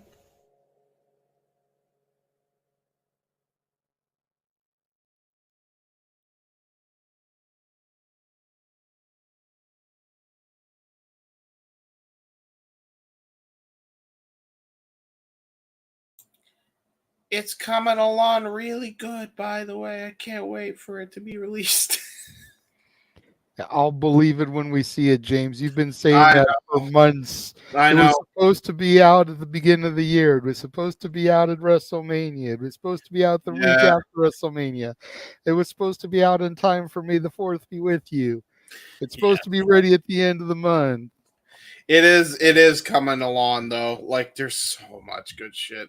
I feel like this is that Guns N' Roses album, Chinese Democracy, that was like coming soon for 15 years. I know. Before it finally got released. Trust me, I'm not overhyping it when I say it. There's been so much that I'm going through that I want to make sure I don't miss anything, and neither does my uncle. Otherwise, this thing would have been out by now, but we don't want to try to make this into a rush job. You know what I mean? No, but at the same time, if there's that much good content, then make a sequel. At this point, JJ, that documentary is basically Bear. Remember how long Bear is coming? Bear is coming. Bear is coming. Real. Well, this will definitely live up to the moniker over Fear. I'll tell you. All right. Well, before we get into our next question that has to do with Double or Nothing, let's go ahead and take a look at that clip from the No DQ Double or Nothing predictions. JJ, what are your thoughts on this match? You really don't want me to speak on this one, boss. Let's hear it. We're live. This is No DQ. Are you sure? How many F-bombs do we get? Just one? I mean, go ahead. You got at least one. I got to try and figure out where to place it. Yeah, you got to be, just like in wrestling, you got to find the right timing to push the envelope. So this match right here, oh boy, is why AEW will never ever defeat WWE. This should be a feud ending match, not the first match in a series. This is where those putrid fuck Jackson brothers still are booking with their guerrilla mentality instead of trying to book a major league wrestling promotion. This should be it all in. This should be it all out. This should be 3, 4, 5 months down the road, not the first match after this super elite has been formed. Just watch Rift. And if we're being honest, the guys that are standing up across from the elite shouldn't even be in the match. Nope. It should be maybe a guy like Darby, but it should be like your Sammy Guevara's. It should be your MJFs. It should be your pillars. It should be your originals. Or if anything, it should be guys like Jericho, MJF, Moxley, the champions, avenging AEW against these jokes.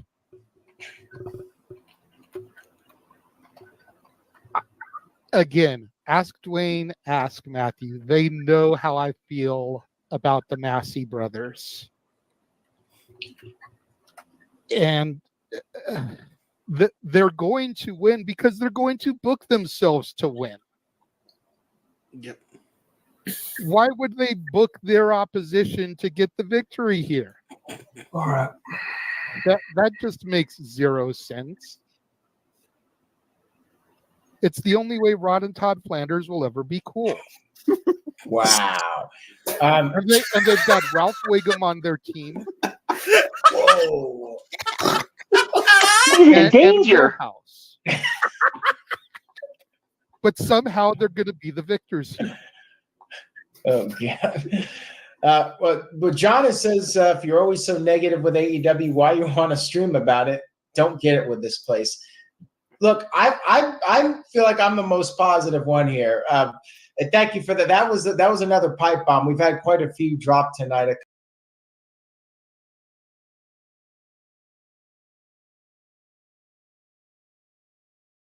We're all on mute. So yeah. Yeah. So yes, I see your hand, good sir. You're still, yeah. So of Okada and Jack Perry, which one's Millhouse? Which one's Mark Wiggum? Okada's Millhouse because at least he's mildly cool. Yeah. Ralph Okay. Wiggum is Jack Perry. Yeah. And he's in danger. Yeah. He's always in danger. Jack Perry eating the paste in the back of the class. Jack Perry is in the pace of the back of the class. Let's be honest. Exactly. And you figure Ralph Wiggum only gets even a half an iota of respect because of who his dad is. Mm-hmm. Jack Perry's dad. The only reason he's got a career is because of who his dad is. Yeah, true.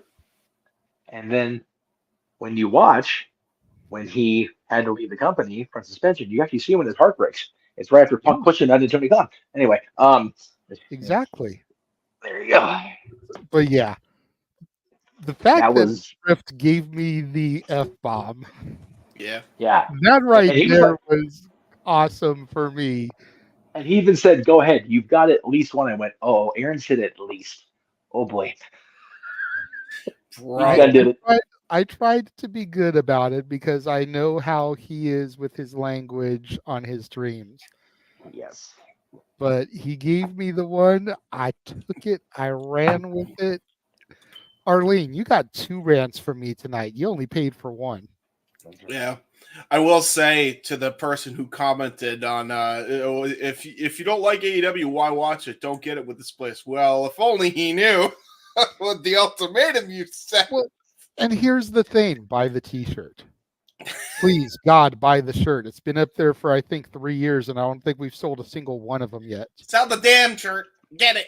But much like Aaron said on that broadcast, and I will say here, none of us want AEW to fail. Mm-hmm. Wrestling was at its best when WCW was thriving, challenging, and even defeating WWF at the ratings. And then you had ECW, the little engine that could, kind of there in the wings, TNA. We want AEW to be successful. We want them to present a legitimate threat as competition. Right.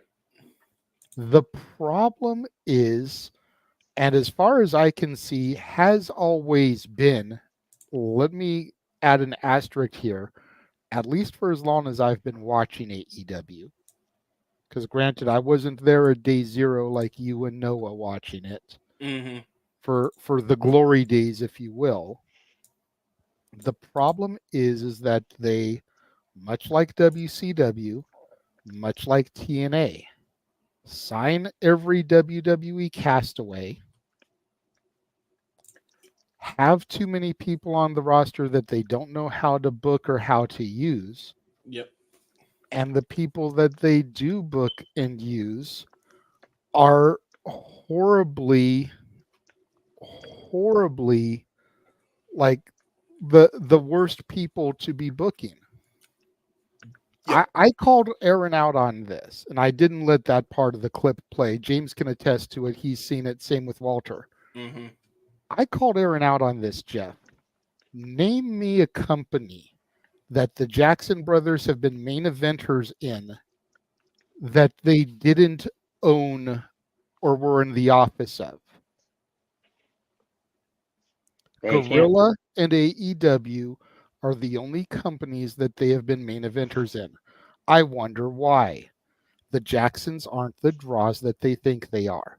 Nope. Otherwise, they would have been main event in every company they ever stepped foot in. And I will even concede, maybe they main evented some New Japan shows, but that's only because they were surgically attached to the hip of Kenny by God Omega. Yep. If it wasn't for that association in Japan, they would have been on the fucking free-for-all jerking the curtain. Yep. And it was by the way, said it, I meant it. Stop me when I'm telling lies. To add to your point, JJ, to add credibility to that, the only reason that they were in the main event was because it was a Kenny Omega storyline in New Japan in the first goddamn place. So it wasn't even their idea. They just decided to take credit and ride the fucking coattails because that's all they know how to do. So. Yep. No, JJ and I can attest more than anybody, and I have tried. Lord, have I tried? Because I was there at the beginning when they left their own indie and their own little safety net, if you will, to go to the PWG roster. And this before they had their own piece of it. And somewhere in the ether of MySpace, there is a photo of Dylan's mom sitting in her chair at ringside with the Bucks on either side of her, and she's got their first PWG tag titles across her. It's a beautiful moment. I was glad to take the picture. I was so happy for those boys. We were happy for those boys. And somewhere along the way, they got too big for their own shorts. Yep. And it's sad because at the end of the day, JJ and I had to fight I had to fight tooth and nail, and I ended up conceding, not putting them on the list of the best tag teams of this century, because those guys are talented as fuck. They really are. It's just so impossible at this point to look past their bullshit. Yep. And I still, even now, maintain that they will have a hell of a fight tomorrow. Those four guys and the four opposing them, you're not going to find 8 better overall talents. The problem is, I agree with JJ in that I don't think they would be in a high-profile position if they didn't have those nameplates on their desks. Yep. And that's just the end of that sentence.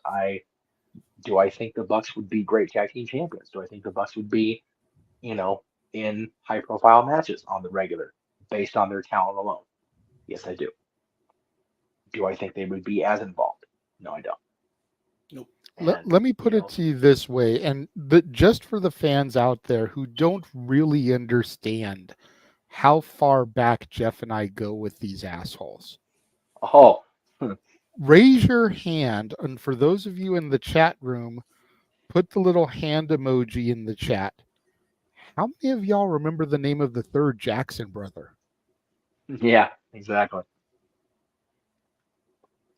Yeah.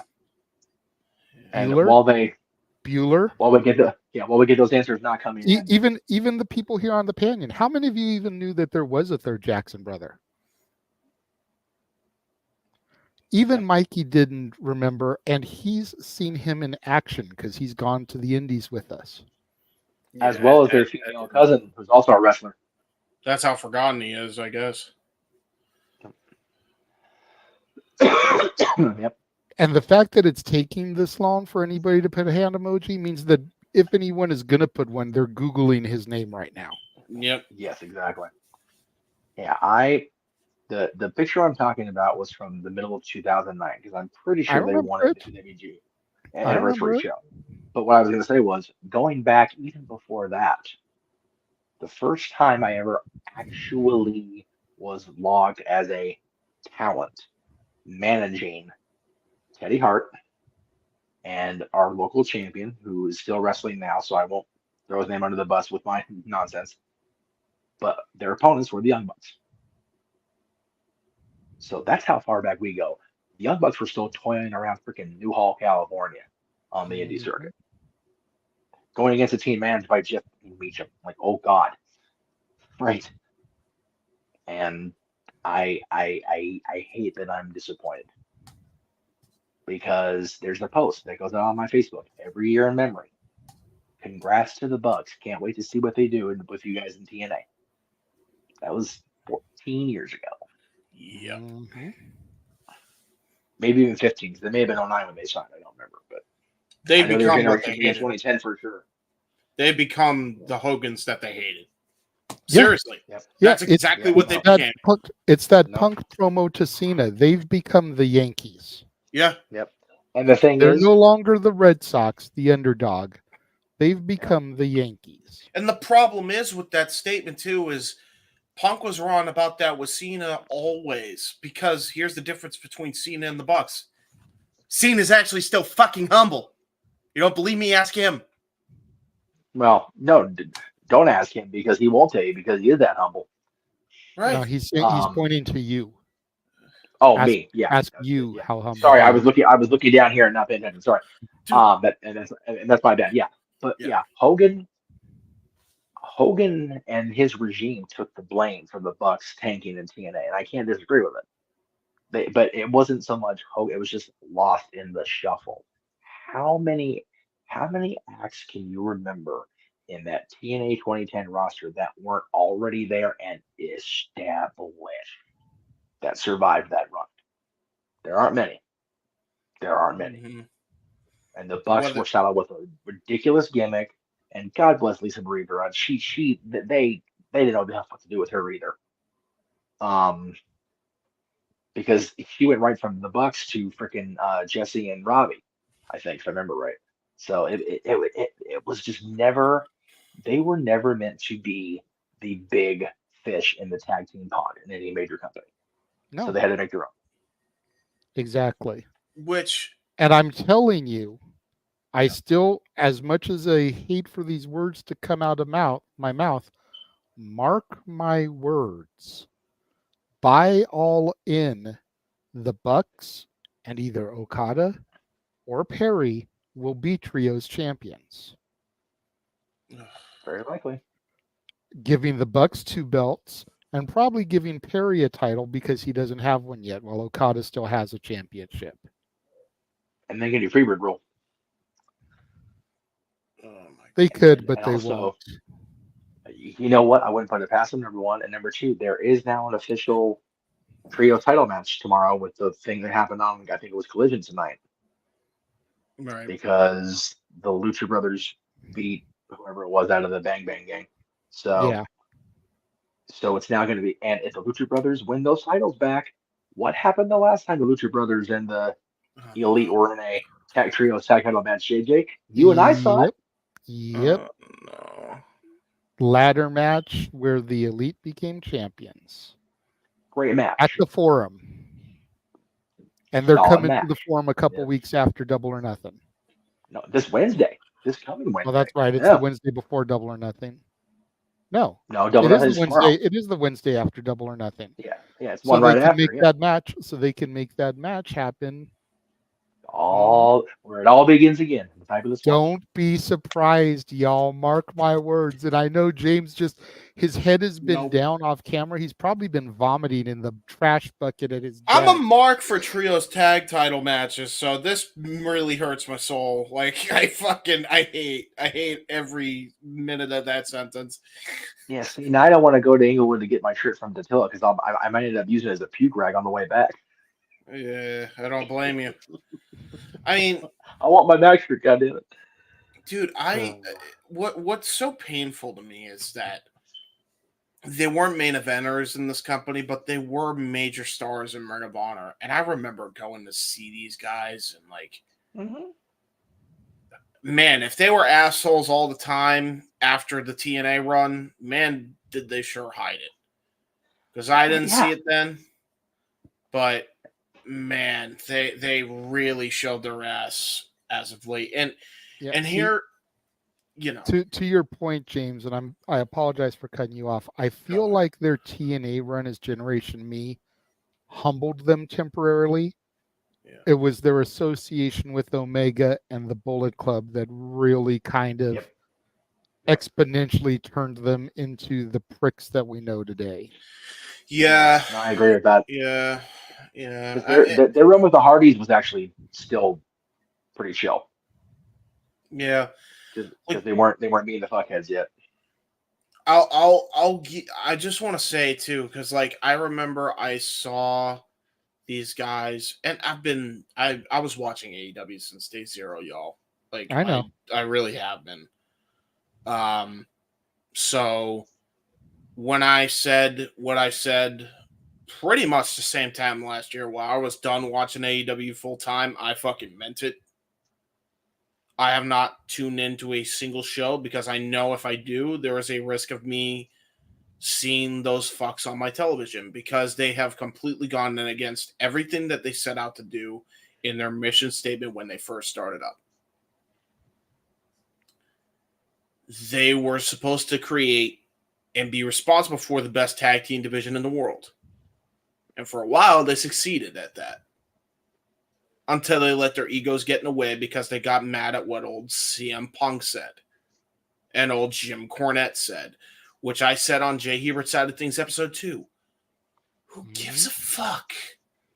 Stop fucking focusing on that shit and focus on your own shit. Your own house of cards that you're trying to build up. That's what's so frustrating to me about all of this, really, is that you are essentially shooting yourselves, not even in the foot, you're shooting yourselves with a freaking fully loaded rifle in the dick. For no reason.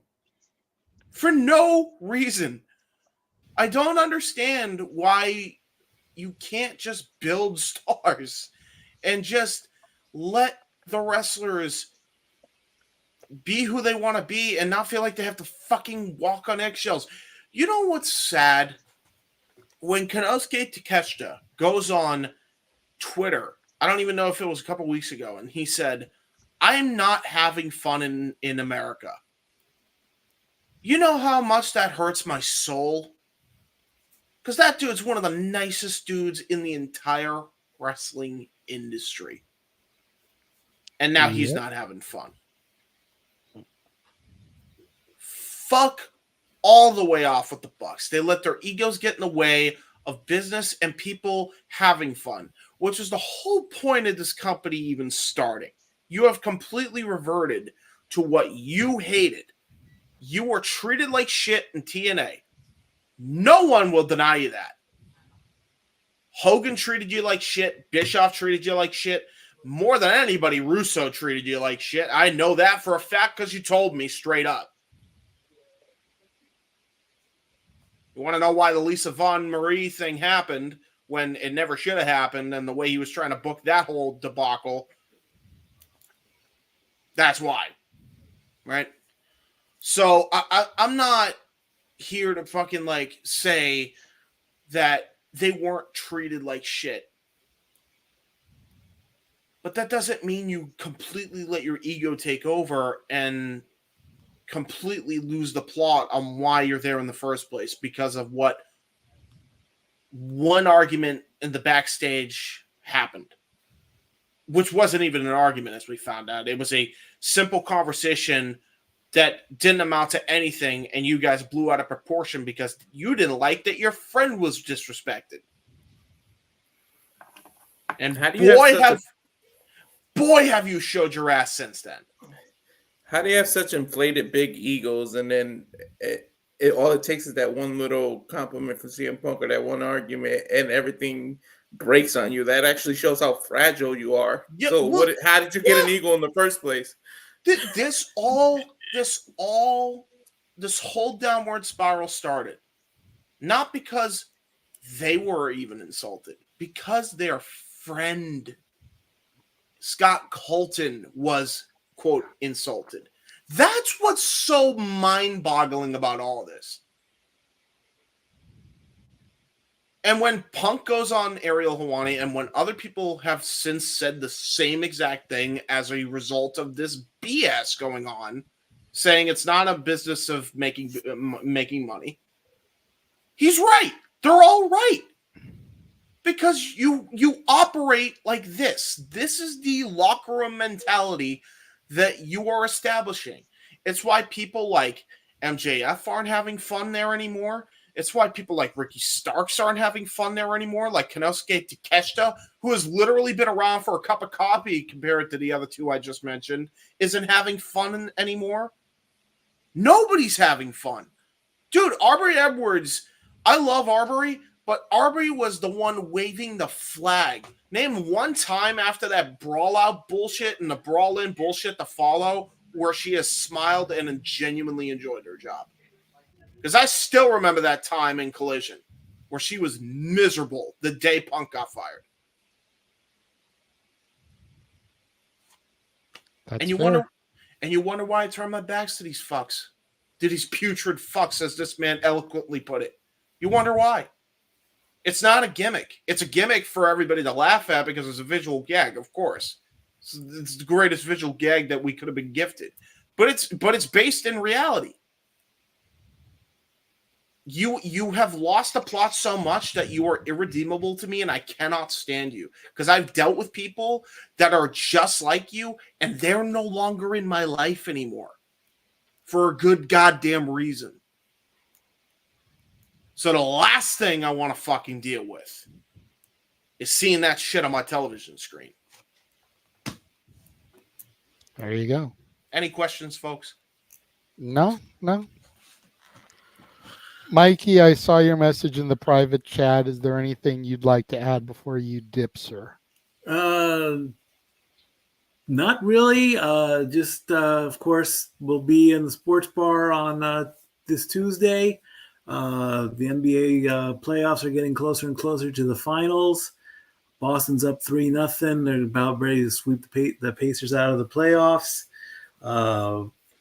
Same thing with the NHL playoffs. Follow us on the Twitter and the Instagram at LBSatKid1977 and at StatBoy13. Also, and sadly, there's some sad news out of the PGA Tour. The 2024 winner, Grayson. I just put the graphic up. I almost Grayson Murray. Grayson Murray passed away earlier today, only 30 years old. Very, very. Yeah, I know, man. He withdrew from the tournament that's playing this weekend, and sadly, the news dropped this morning that he passed away at 30. So that's really sad. Oh. So all the news will be updated this week, and I love my family as always. Great job on the rants. Stay tuned on social media, and until Tuesday, Statboy out. Love you guys. See you, bro. Let's go Stars. Fucking Oilers. I'd rather the Oilers than the Vancouver boys, to be honest, after they burned our city down. Fuck the Panthers. Jeff while you're has at the it. Canucks jersey, so Well, no. But there's a whole story behind that, to be fair. I know there Out of is, but context, you it makes still no have sense. one. I do, and my Everton hatred goes farther back than that. That is in my DNA. So I know. Go Stars, go! But for people that only know you as a Kings fan, to hear that you even have another jersey of another freaking team is just enough to give them the mental what the fuck, without just even needing to get in the story. I have to. Because some lady that lives in another country decided to get cocky about her stupid ass hockey team and send me a jersey of her own arrogance. Hey, I have to throw up because I have to actually root for a New York team because fuck the Panthers. I gotta have to go for the Rangers because fuck the Panthers right now. Why are we not Panthers people? Because they beat the Bruins. Oh, okay. Well, that's why I am cheering for them. Anyway, no. Yeah, that's why they're I was cheering going for to him. say, my dad lives in Florida. He's more of a Lightning guy than a Panther guy, but there's still a Florida team in there. So, See, they're Cali boys. See, you and me, Walter, we're from New England. They wouldn't understand. Yeah, no offense, Pops. well, no. My thing, as far as where we're at now, I would have liked Vancouver to go on just because it would have been a team that hadn't won yet. But since we're in the situation we're in, I'm rooting. My ultimate win in this case is Florida winning the cup because they've never done it before, so cool for them. The next tier down is New York, the Rangers. I'm rooting for the East period at this point because the Rangers means Jonathan Quick gets another Stanley Cup and he gets it back to back and he wins a cup with the team he's always wanted to play for since he was a baby because he comes out of New York. Third tier is Dallas just because they're playing Edmonton and fuck Edmonton. And if Edmonton wins the cup again, I'm going to be a surly son of a bitch all hockey season. It's going to be a thing. I'm ready to have to lose my seats and move to a different part of the arena, which is pissing me off to no end. If Edmonton wins the cup after Vegas wins the cup, fuck me. You guys, oh god, you guys are gonna hate me more than you already do. Nope. Yeah. Listen, trust me, I understand. So if you'd like to actually have a happy Jeff, regardless of the Stanley Cup outcome, start super chatting people. That'll put a smile on people's face. There you go. There you go. Y'all want me to go off? I'll go off on the other 31 teams in the NHL. I'm gonna go off on my Kings because they're actually making forward progress this week. The other 31 teams, they can go fuck themselves, and I will do it in order. Hey, listen, Super chat away. Here.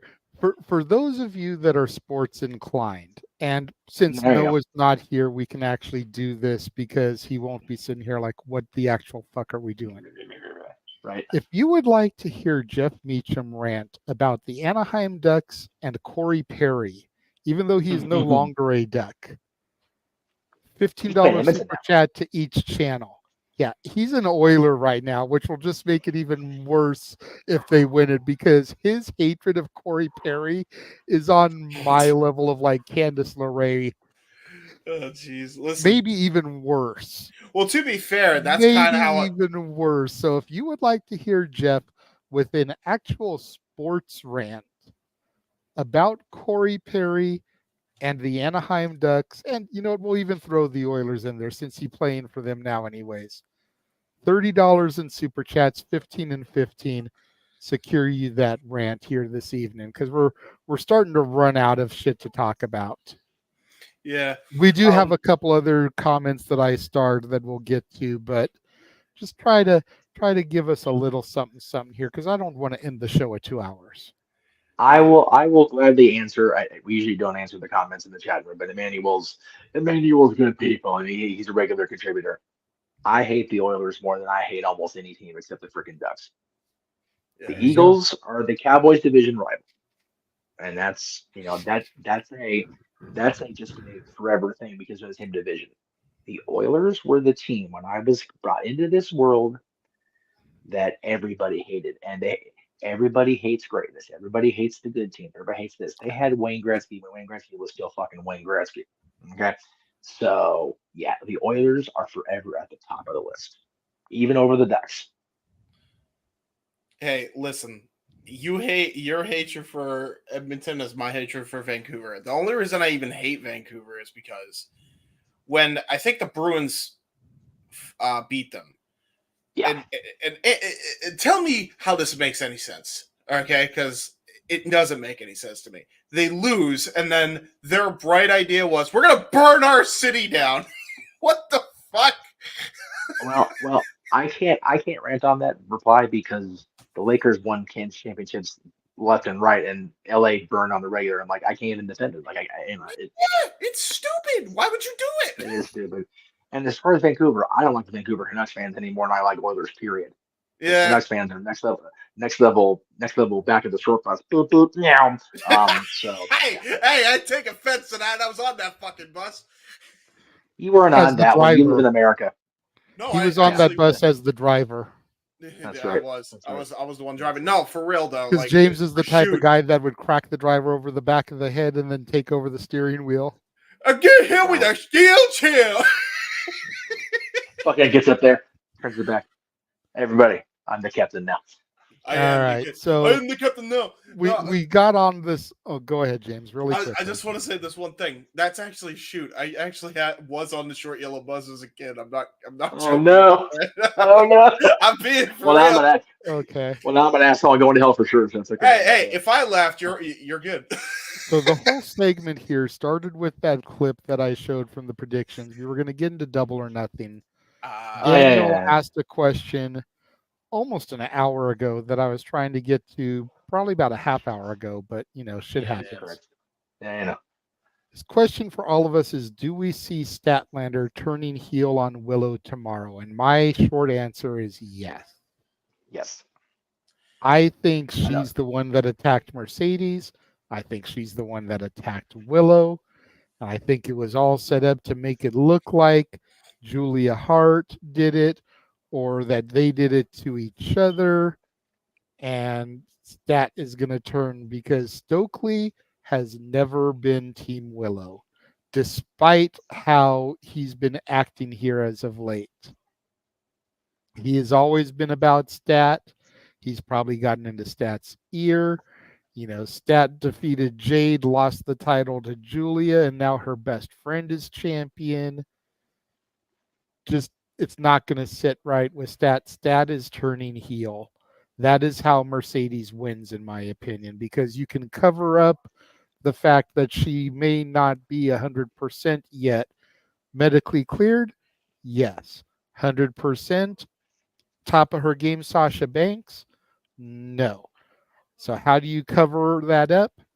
You have Stat turn heel and help Mercedes win the title.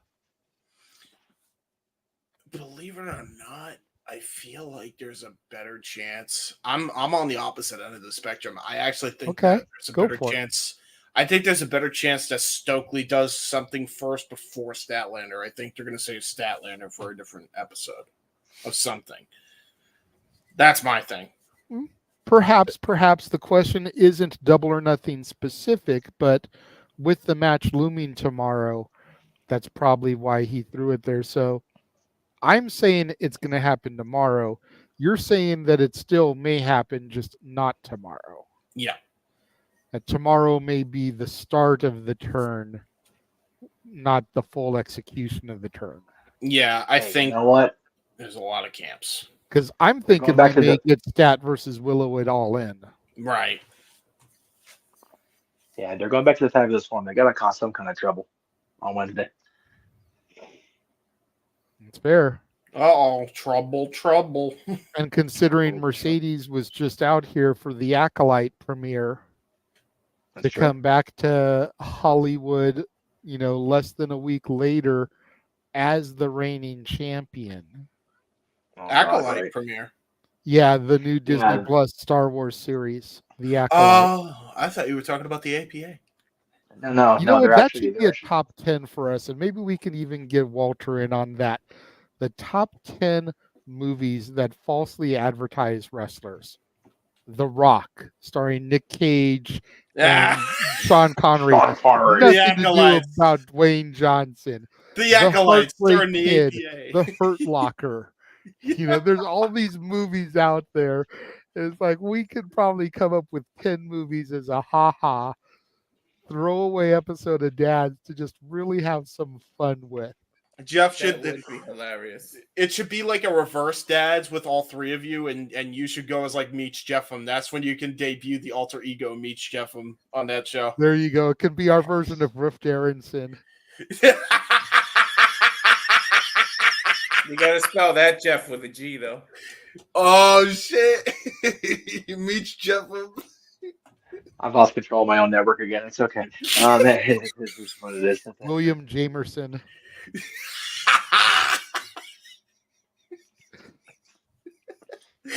Nice. Bruce Walton.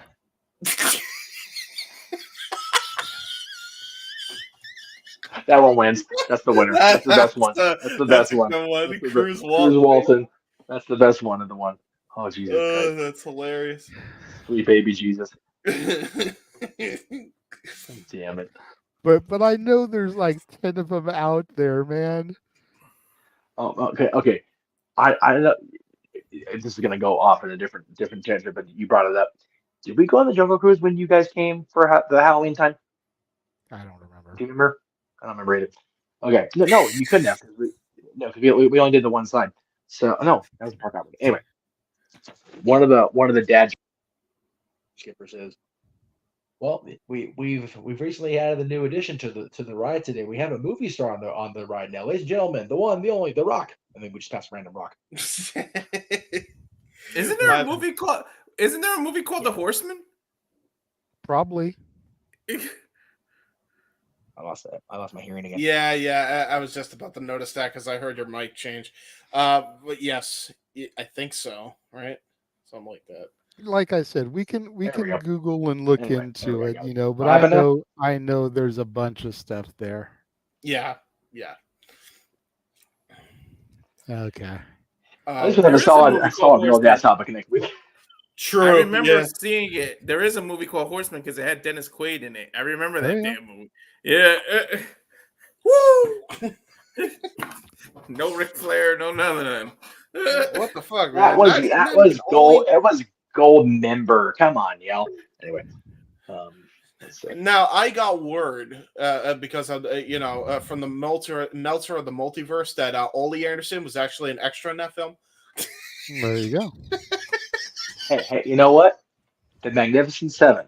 No Ric Flair, no Steiner Brothers, no Jeff Jarrett, no Road Warrior Animal, no Medeja. That's the worst one. That's true. There you go. And if you know what Magnificent Seven is, you're in the right room. What the fuck are we talking about again? Exactly. Before I put up the next question I have from SJ, if anybody else out there in internet land has questions they'd like to ask of us, go ahead and submit them. If they're good, we'll star them. If you definitely want us to address your question, attach it to a super chat. But as of right now, this is the last. Huh? I said, you're going to go off on a hockey bitch. It's $15 each way. There you go. But as of right now, this is the last question we have starred. So there we go. What was your guys' favorite match of the day for King Queen of the Ring?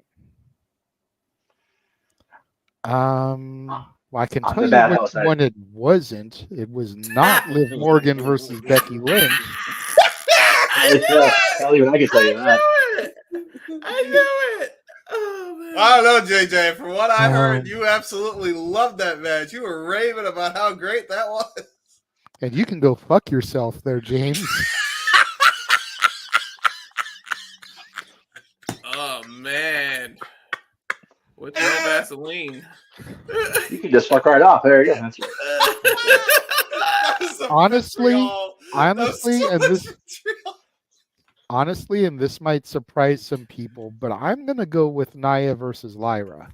I think Lyra looked really strong even in defeat. I think Nia, and especially the way she finished that match with the Annihilator onto her chest when she was still on like the second rope, looked like she was about to just cave Lyra's chest in because of the drop that both of them had while she was coming down on her chest. And according to what everybody else out there says about Nia Jax, the old Nia would have crippled and killed Lyra with that move. she survived and she's still good. So y'all can eat a dick as far as her being unsafe. Jesus Christ. I've been saying it all along. I've been the one on this network defending Nia all alone. Like, I'm glad JJ's like, look, I got your back because I've been defending Nia. Ever since she came back, I've been defending her too because I've never seen what everybody else saw because her last run was while I was on hiatus. That's fair. So I didn't see the crippling, if you will, the accident causing Nia Jax. I've only heard what everyone has always said about her, and ever since she made her return at the Rumble last year, 2023, I haven't seen it in her. No. So I've been defending her ever since her return myself. And then what really made the match for me was that for those brief couple of minutes after she won, we saw Lena in the ring as she was being presented the crown by Triple H. You could see her getting emotional. You could see the way that Triple H was talking to her and hugging her. And then Kayla came in to interview her, and she snapped right back into Nia and turned back into Raging Bitch. But just for those couple of moments, you saw Lena, the person behind Nia Jax, getting emotional and having her moment. And that's what really sold that for me. That's pretty cool. Yeah. JJ, I think you have 4 jobs because you're a mind reader. Because I swear to God, all the points That you was just gonna said, be it was mine. exact. I was gonna say that. I was gonna because I thought I'd be the shock because I thought everybody would go Gunther Orton, and I was like, no, I'm gonna stick to my girls. Gunther Orton was nice, but I don't know. Something about that match was very, very well orchestrated and done. Ever since Nia Jax has come back, man, like she has been on a damn roll. Like her match with Rhea Ripley was great. Her match here was great. These stadium shows, she's been shining, man. The shorter card PLEs have just been shining as a whole. Like, look at these ones that only have 5-6 matches booked. They've all been awesome.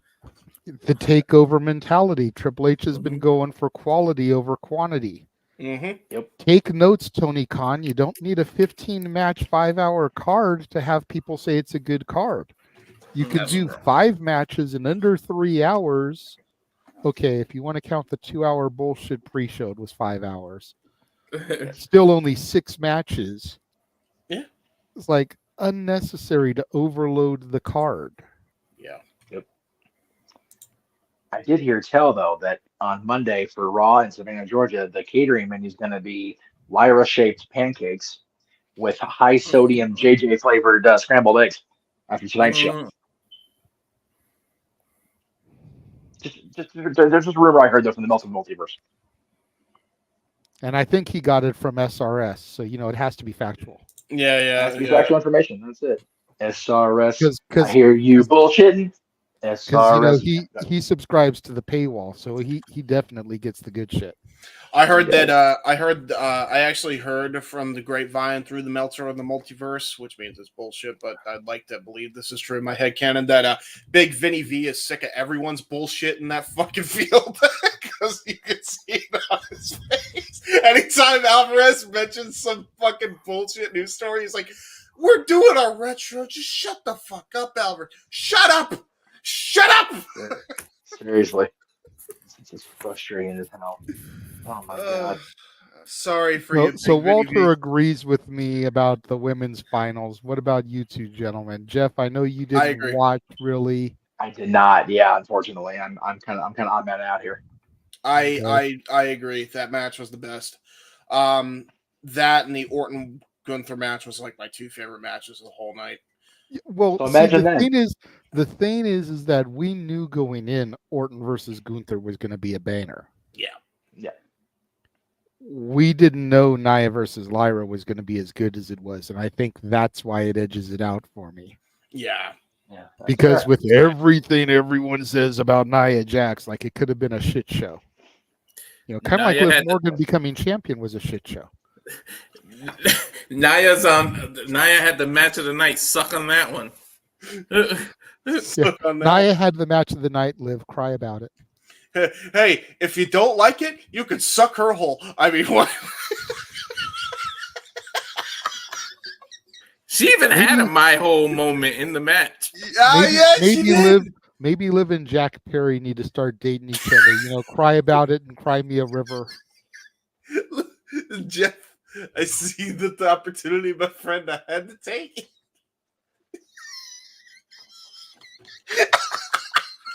He saw the opportunity and he took her hole. There you go. Oh, no! Arlene's forgotten her question with everything we've been doing.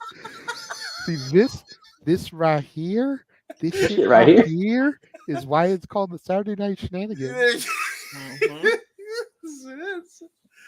And Noah's going to go back and watch this before Double or Nothing tomorrow and be like, what the fuck did I miss? I'm gone for one night and Yahoos go crazy. The train derails before it hit the tunnel. True. This is the real reason, Noah. The train derailed before the train pulled out of the station. This is why Noah is the true MVP, because he is the one that supervises us dipshits. Yep, that's true. JJ, get your show back on track. I feel like I will not. Noah's I'm not really trying tonight. I'm drinking, so when the cat's away, the cat's away, the mice will play. This is 2 nights in a row I've drunk on the air.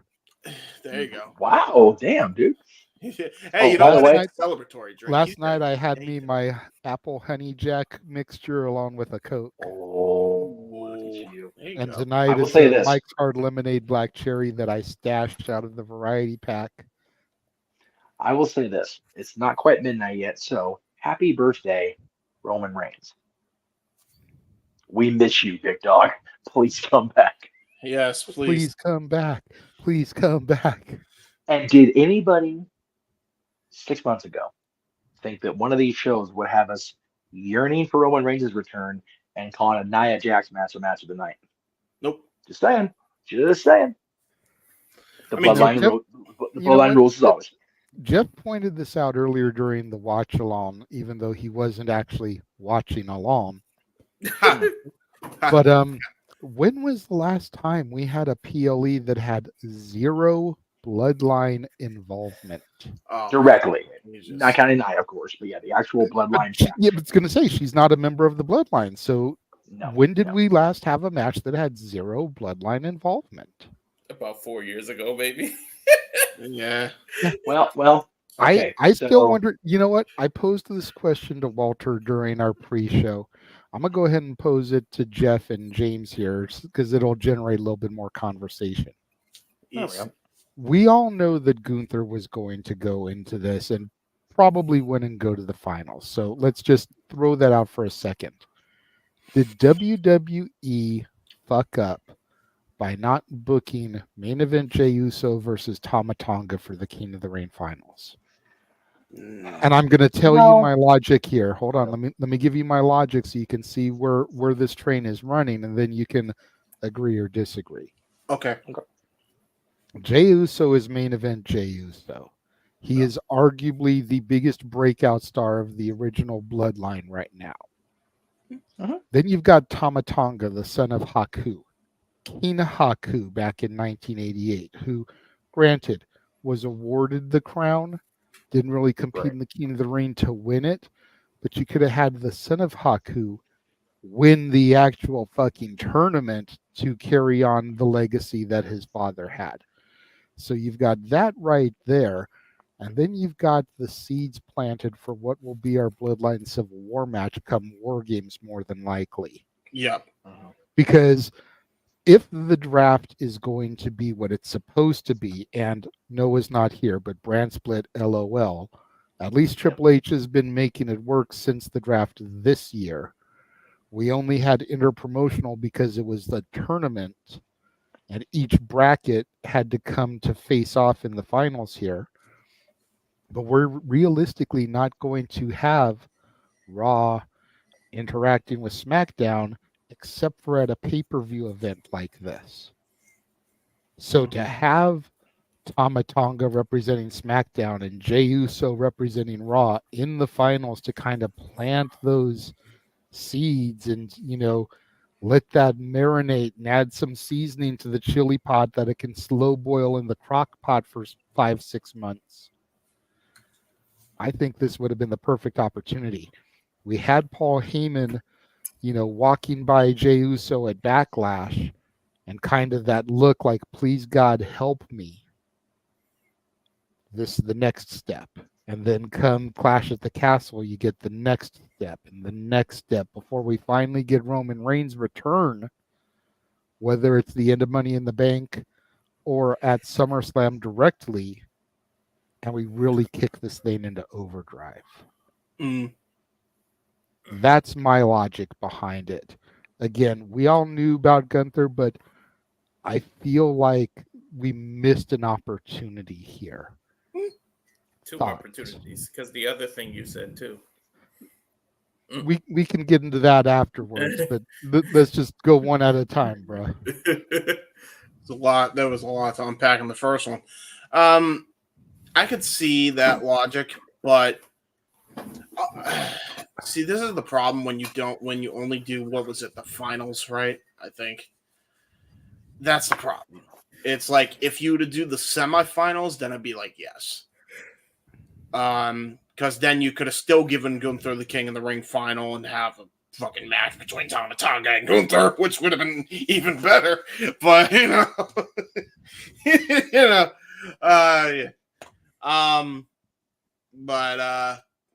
Maybe next year. So I could see that, but I feel like that's one of those things you don't need a backdrop of a tournament to do it. You don't need to overcomplicate it. I think WWE is kind of good with that because in AEW they overcomplicate every goddamn thing. So, that's kind of my logic there. If it ain't broke, don't fix it type thing. Okay, Jeff? Yeah, I tend to agree. I there'll always be the what if discussion in wrestling. Should we have done this? Should we have done this? And it's like, yeah, maybe.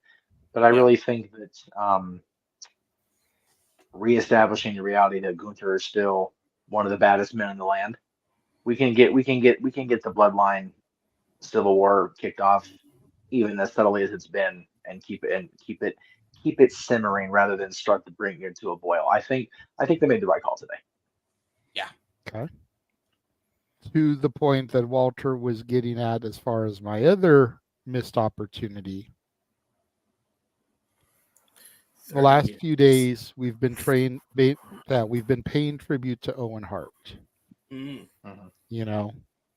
25 years ago Thursday was Over the Edge. 25 years ago yesterday was Rise Owen. Yep. Owen Hart was the second ever pay-per-view King of the Ring winner 30 years ago this year. Did WWE fuck up by not putting Natalya in the Queen of the Ring finals? Yep. She could have been the second ever Queen of the Ring, just like Owen was the second ever King of the Ring. Yep. Just like Uncle Brett was the first ever King of the Ring, pay-per-view wise. Don't at me with the Harley races and the Randy Savages and shit. I mean, with all the Owen Hart synergy, just of this month alone, his birth month, his birthday is the beginning of May, and then 30 years, ago, this year he became King of the Ring. 25 years ago he passed, and they did the tribute. Like all that Hart synergy, like I think Natalya should have been Queen of the Ring. No disrespect to Nia, I like the fact that she got it, but I think it should have been Natty.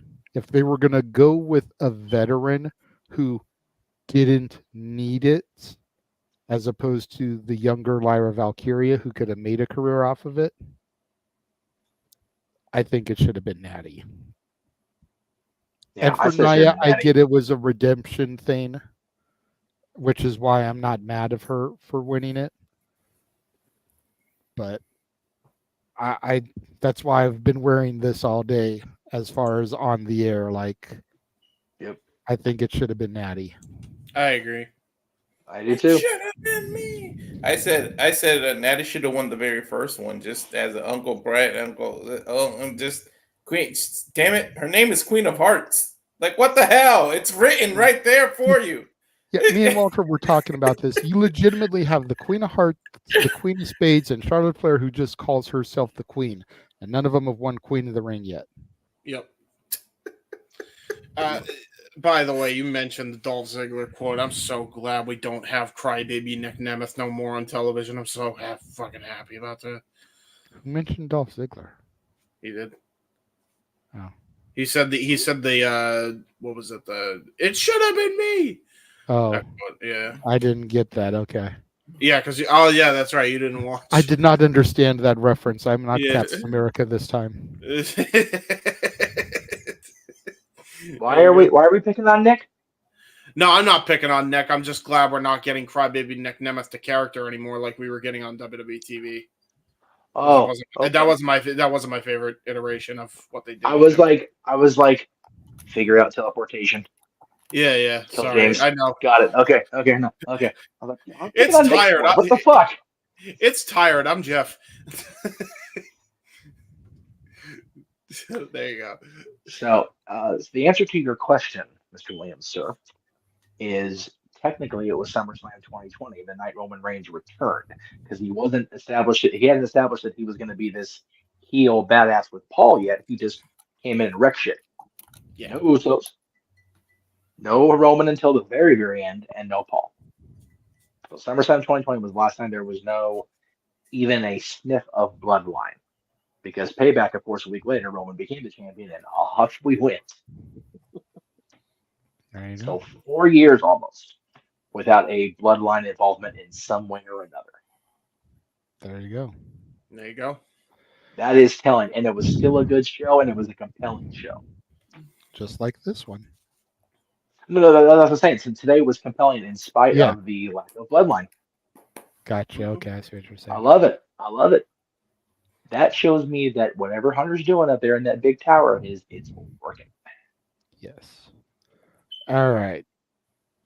Gonna give the people an opportunity to submit some more good questions or super chatted questions while we run this horribly outdated watch along trailer, as it still has Resurgence and King Queen of the Ring on it. No. Honest, you know what?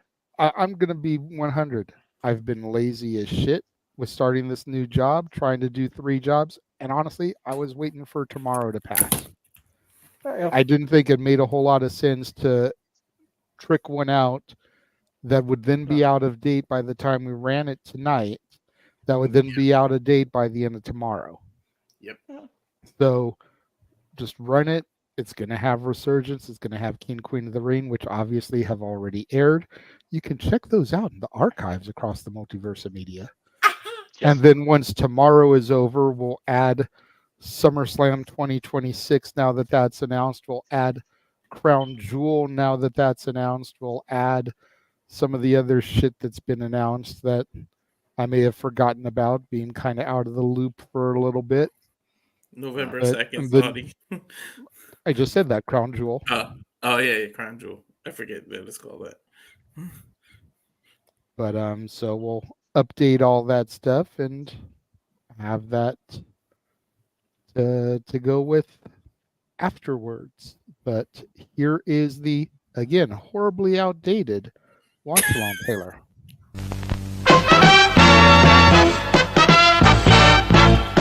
And now, preview time.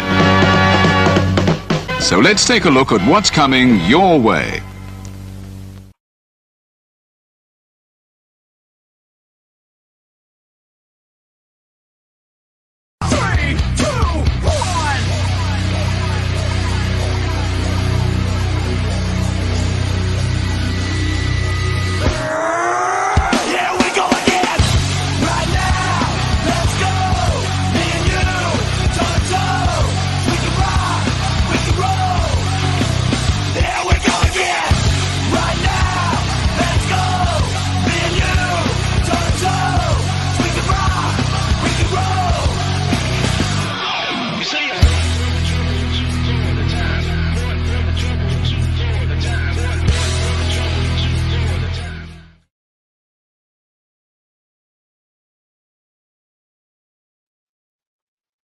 Warning, super chat we will find you and we will kill you.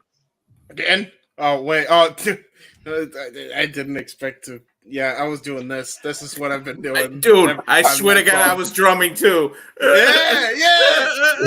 Noah gimmick. Oh, do the thing. Do the thing. Oh, do the thing. Oh, okay. All the wrestling. Ah, the professional wrestling. Damn it. Ah! I'm Like, sorry. somebody has to do the Noah gimmick. Noah's not here, so I just threw you up there. Figured you'd get the hint. I should have did that with the way I'm dressed. I'm sorry. I thought you. I'm so tired. I thought you were showing me because I was doing the drumming gimmick every time the Limp Bizkit song comes on. James didn't get the super chat to scene, Arlene. Yes. The super chats were given for rant. Oh no! Oh, she's gonna donate it. So yes. I'll tell you what. Now that we know that I've hit my mark for the month, I don't know how you're doing, Jeff. $15 to Jeff's page, 10 to mine for James to sing Mbop. And that's the bop. You do the bop, and then you do the doo bop, and then you dibby dabba doo bop, and then you go fucking butt. Yeah. But in the meantime, we do have a couple more questions from Arlene that are solid enough. First one she sent during the commercial. When will Uncle Howdy make an appearance? And which one of the 6 that is revealed first that isn't Uncle Howdy? Well, I'm going to guess that. Let me see something. I want to look something up really quickly here.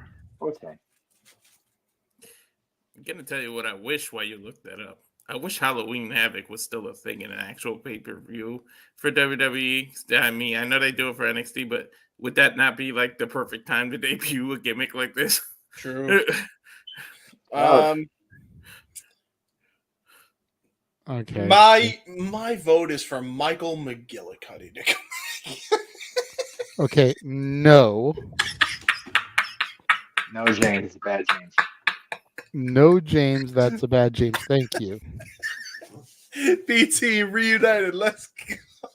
Wait for it. Wait for it. No. He's tired of my shit. There it is. Well, since there isn't one for him, for fuck's sakes, James! No, it's hang on. James, you freaking idiot. No, that's okay. Here, wait, hang on. Oh, for fuck's sake, Mikey! James. Well, No, I was going to do this. What are you, a fucking piece of shit? Wow. Goddamn. I got told to go fuck myself and I'm a piece of shit. Goddamn. Who rode the short bus? Who rode the short bus? Exactly. He drove the short bus. Bro, I was like Samoa Joe in that movie. He's Captain now. I was like Samoa Joe in that movie that one time. I was driving that thing crazy. Oh my gosh. Wow. He's the chaperone. Are you all ready? Okay. I think Okay, JJ. Take He's trying for the animal control gimmick. back. He's trying for the animal gimmick. We sounded more like the freaking Slim Shady, like verbs in between the Slim. Oh Shady. my god! Yeah. I just lose it. Yeah. So Slim it's Shady like doing Pee Wee Herman. Being so mean. Oh, JJ, no. you're a mean. I'm gonna say it happens at Money in the Bank. I originally was gonna say SummerSlam because for some reason I thought Extreme Rules when Bray returned was in Ohio, and with SummerSlam being in Cleveland, but it wasn't. It was Philly at Yeah. Extreme Rules. So I'm gonna say it happens at Money in the Bank. And as far as the first one of the 6 to be revealed that's not Uncle Howdy, as predictable as it sounds, I think it's going to be Alexa. Yeah. Because I feel like we need Alexa and Uncle Howdy to begin things. Yep. For the story to really take on, because Uncle Howdy coming out, everyone's going to be like, ooh, ah. And then when they reveal Alexa with him, people are going to be like, okay. we're really going to be serious about this. Yeah. And if you remember, JJ, it was Uncle Howdy who was driving Wyndham Rotunda into drawing Alexa back to the dark side. Mm-hmm. So it just makes a little sense. If it's not her, it's probably going to be Rowan, just because Rowan's the only. Sadly, as horrible as it sounds, he's the only one left as far as the ones we already knew. So Well, there is Strowman, tactically. yeah, but you know, the way they're using Braun on TV, I really think that he's still dealing with the nerve damage. They're just trying to use him just in case he does get it back together. Because he's not been physical except like that one brief little flurry. Yeah. So I think he's still kind of dipping his toes back in the water. So I wouldn't necessarily put that kind of strain, mental or physical, on Braun if they can't guarantee he'll be part of it. Okay. But that might also be a good reason to put him in it, is because he could be the mouthpiece. Or at least a heavy. Yeah. You know, he can be involved in that role as, you know, the mouthpiece. Yeah. No, James, having to be the heavy, which he would have to do the work. Like he would have to get physical, and we don't want him to get physical yet. Yeah, That's So very if you have heavy. the mouthpiece, The only issue is if you put him, then there might be that temptation with Bliss. And I feel like those two have, you know, that's always been a weird thing with those two. Well, no, but no, you know what? Having them both in the stable means that because they have that great on-screen chemistry together. So I'm actually here for that. No, they have the great on-screen chemistry together, but the problem is Alexa, I think, is married now, and she's got a kid with somebody. So she. What's that got to do with anything? I'm just saying, man, it's the wrestling industry. Shit could go. Ravishing Rick Rude was married the day he started the business till the day he died, and he wore his wedding ring with a tape on it, and he was Ravishing Rick Rude. He was the freaking creepiest little perv that ever walked the land, you know. Yeah, true. Hey, you know That's what it was. It might go over. Hey, man, we got Dom and Mommy as a couple on TV. Meanwhile, Buddy Matthews is taking pictures laying on her ass on the beach. We know there's a difference between on TV and real life. My favorite, yeah. my favorite part of that picture being in one of our group chats was that the fact that somebody pointed out, "Oh, Mommy got a new tattoo." I'm like, "That's the fuck you see, really?"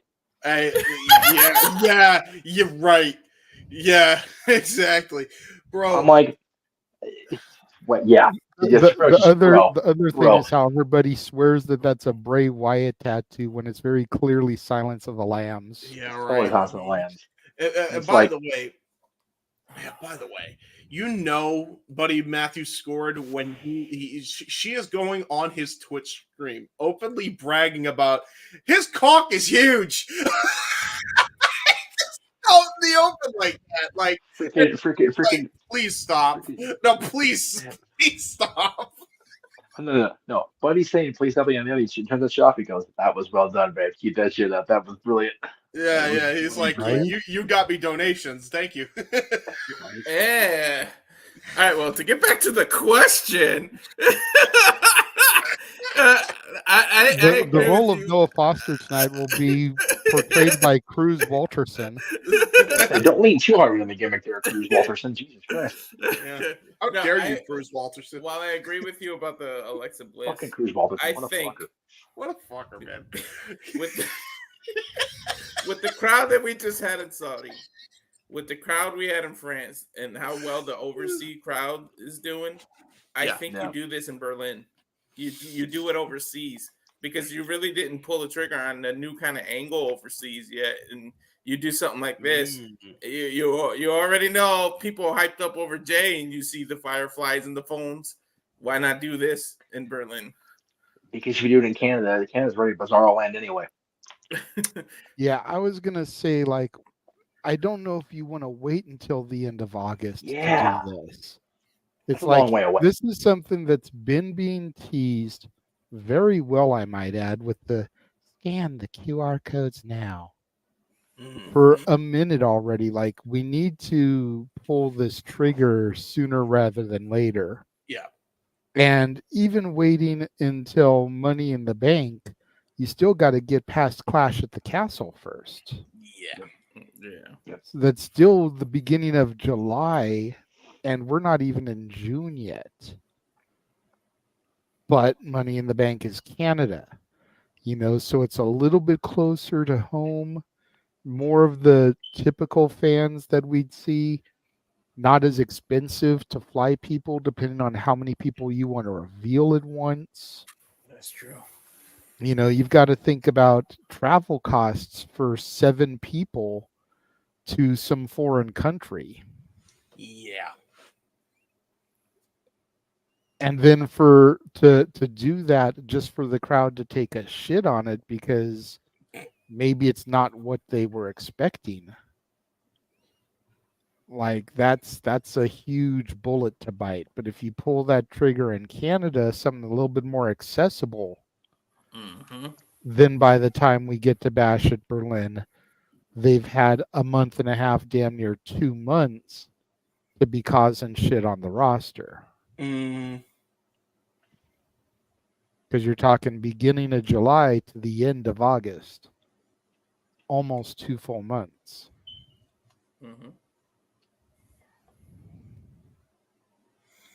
Yeah, I agree. I would say start of execution, Money in the Bank, and if they've not fully formed by Berlin, we've got a step. No, I agree. With Okay. Before we get to Arlene's other comment, she did send in a $5 super chat comment. So, do we think that Sonya Deville, possibly with Shayna or Zoe, will win the tag team championships eventually? I would love if she got the title back because, man, there was money there with her and Chelsea.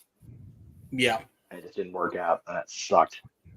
Yeah, I'm glad that you brought that up, Arlene, because that means you know the history of Sonya Deville before she became a Karen and a general manager, in that she was actually a mixed martial artist as well, so that's really good history there. Yep. And her with Zoe, and her with Zoe and Shayna would make all the sense in the world. She can make like her own MMA style horsewoman because Marina Shafir and Jessamine Duke did so well. I was about to go off on a rant until she said eventually, because I was gonna go, what? Not what? Bianca and Jade are the champ. But then she said eventually, and she saved it.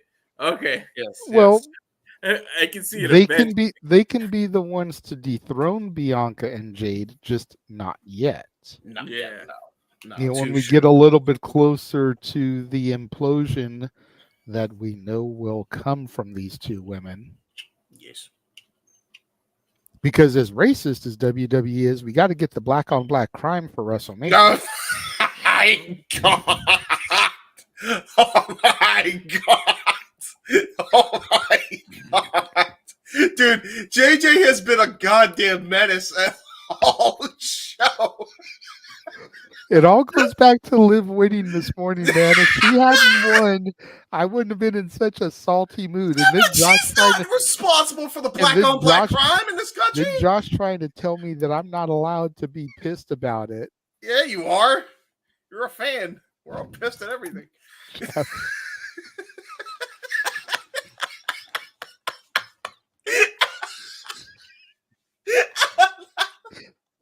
There goes Jim.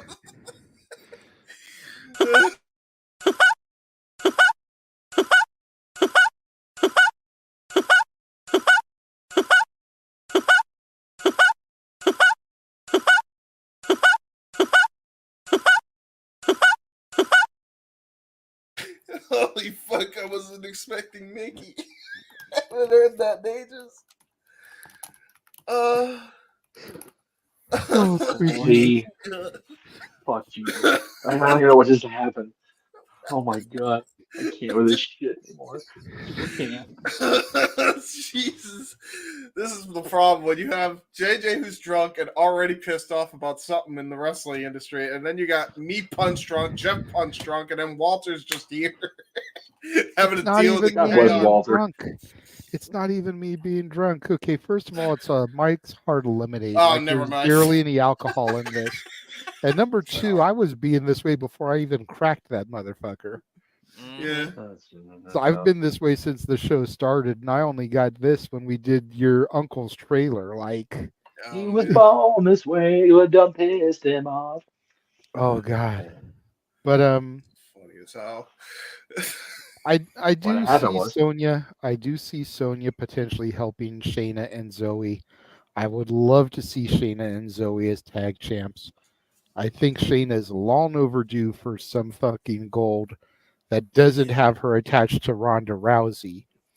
I think Zoe desperately needs something on the main roster. She's long overdue and deserving of it. I mean, don't get me wrong. I love Caden and Katana, but Zoe should have had some gold before them. Yep. I don't care that they were the longest reigning NXT women's champions. Zoe Stark deserved some gold, especially being aligned with Shayna Baszler and Trish Stratus before that. Yep. Mm-hmm. True that. She deserved some gold before they got it. But Yep. I'm not Sonya's biggest fan, but I think that her personality works with the unit, even if just in a managerial ability. I don't know if she's going to be a full-time performer, like in-ring competitor anymore, or if she's going to try to stick in a managerial / authority figure type of role. That's fair. But I would actually prefer to see her as that, because I think she's got the knowledge and the know-how to be a hell of an advocate for the two of them. That's fair. That's fair. I only say that she should because as a wrestler, she was actually supremely underrated, and she was actually like really good as a tag team wrestler with whoever the fuck they paired her with. So She definitely can be an advocate. We already saw her in the general manager role, so Yeah. All right. Arlene sent a second super chat because just like her brother, she likes to split it amongst both sides. This time to my side, she says, I know it's early, but who do you think will be the first announced inductee into next year's Hall of Fame? Michael McGillicuddy. Sorry. No, I don't know if he will be the first. Let me just preface it there. I don't know if he will be the first. But I think the reason he didn't go in this year is because they knew they were probably going to do it next year in Vegas, the home of the UFC, Ken Shamrock. Yeah. I was gonna go there. I was saying Rico as a joke, but I was gonna go there and say Ken too. Because You know what though? Rico's a Vegas guy. Exactly. That's why I said that. And Godfather is already in, unfortunately, or else you could do Or Charles. Val Grant. Venus. Isn't Val Venus a Vegas dude? I don't want Sean Morley at that place if I'm going. Please don't put that out. No, there. Val Venus. Please. Val Venus is Canadian, eh? Well, okay. Yeah. The character's from Vegas, yes. Yeah, but the character is Sean from Morley Vegas. You're right, but Sean Morley is Canadian, eh? Sean Morley's Canadian and fucking stoned. I can see it now. The Hall of Fame tag team for this year's Hall of Fame, supply and demand. Let's go. Damn right. I'll co-sign for that. The shortest tag team to ever be inducted in the Hall of Fame, which is ironic considering their name. No, you know who you put in the Hall of Fame for the tag team? Who? And not a tag team, but a stable. In Sin City, you put Right to Censor. Nice. There you go. Just because. Then you get the Godfather getting into the Hall of Fame again in Vegas, where he owns a strip club. And you get Val Venus, the porn star, in the Hall of Fame in their anti-porn star and stripper gimmicks. Like, the Right to Censor in Sin City just seems perfect. And then you Ivory's get also old a White Hall of Sox. Famer. Yeah. You get old White Sox Stevie Richards in there too. Yeah. Which, if we're being real, Stevie Richards isn't getting in a solo induction. He'd have to go in the BWO or the RTC. I'm still yeah. I'm still pissed. We And never Barry, Go ahead. Barry by God Buchanan, the WWE Hall of Famer. That's enough for me to go. Damn it. True. That's right. And Well, with his Buchanan- YouTube channel, he's getting pretty popular right now. Yeah. And when Bull Buchanan gets on the microphone for his acceptance, he's got to give a booyah for the old B squared gimmick. Yeah, oh my God. Dude, by the way, Maven's awesome. He's Yes, another he is. YouTuber. He's awesome. I love his Yeah. YouTube channel. Yeah, JJ put me on Maven's YouTube channel. I don't watch every video that he drops anymore, but I do check out a good chunk of them, and I'm so happy that Maven Huffman has found success as a YouTuber when he wasn't able to find it as an in-ring competitor. Yeah, I agree. He's just a solid dude, you know. It's great. He is. But He's a real down-to-earth. Cheers to you, Maven. It's to the point where I wouldn't put it past them to bring Maven back just because of how popular that channel is getting. Yeah. And I will say this: inducting the RTC should be the APA for all the wrong reasons in Vegas. That's fair. Because then the after party would be glorious. Just for Bull Buchanan, John Cena should rap intro him into the Hall of Fame. This is, we're booking a fucking weird ass Hall of Fame. People are going in 2 or 3 times per night. Vegas. It's Las Vegas on 420 weekend. It books itself weird, brother. Okay. They're not even going to remember the Hall of Fame the next day. It's fucking Vegas. Sitting in the Hall of Fame. Until tomorrow when we're still gonna weave y'all forget. Woo! Woo! Why'd you get the woo like it was the fucking DuckTales theme? Because I remember James doing it in the background and it made me smile in my heart, so I wanted to share my memory with the world. You mean when I screamed? Shit, if RVD wasn't already in, you would have got him right there. Hell, and Dr. RVD again, just cause I don't give a shit. I could just see Rob Van Dam watching the show, watching a clip of me, and be like, "Bro, this dude's too high strung for me. I don't know if I can handle it." I'm telling you, if they don't have Matt Riddle and RVD as a tag team on WrestleMania Night 2 on 420, they done fucked up. I agree. Liv Morgan can manage them. No, let me bring them out to the ring. Well, going back to the whole arrest thing, Walter. Yeah. It can be Liv Morgan as their valet, Matt Morgan and RVD as the team, and the Usos driving their getaway car. Oh no! Oh no! Oh no! No, WWE has to book Rob just so he can actually be there instead of being booked in some fucking random town I never heard of. Thanks a lot, Tony Khan. Anyway. All right. We did get another super chat from Relaxing Sounds. $5. Says, who would you have had return to interrupt Cody's celebration and set up his next title defense? I'm not trying to sound like a dick, but I would have had nobody. Yeah. I think the way it ended was perfect. I don't think they needed to set up another defense because it's not going to be Brock Lesnar. It's not going to be Roman Reigns. I agree. We can just, string things along, have ourselves a title contenders match on SmackDown here in a couple weeks, and we don't need to. Contrary to popular belief, I'm looking at you, Tony Khan. We don't have to have somebody show up at the end of every title match to set up the next title match. Boom. We just don't. And I would just like to say with that, that's it. That's the user's first ever super chat to my channel. And with that super chat, even with YouTube kind of taking their cut, that may have got me over the threshold. Yeah, if it ain't So, The Rock, thank you for your nobody first super should be chat. in it. Yeah, there is nobody but the bloodline that should be interrupting anything Cody does. Let him celebrate. Let him have this dream, man. For fuck's I sake. agree. He has more than earned his keep. Let The him whole have it. family's earned their goddamn keep after 50 years, for crying out loud. Yes, they did. And I'm going to call it right now, even though I haven't seen them on TV lately. I want Bianca and Jade to defend the titles at Clash at the Castle against Alba and Isla. Yes. They are Scottish, for God's sakes. Yep. Well, Clash of the Castle is only a few weeks away still. Yes. Yeah. Yeah, Alba's still dealing with the passing of her mom, so that'll be a touch and go. It'll be a game day decision probably, if that.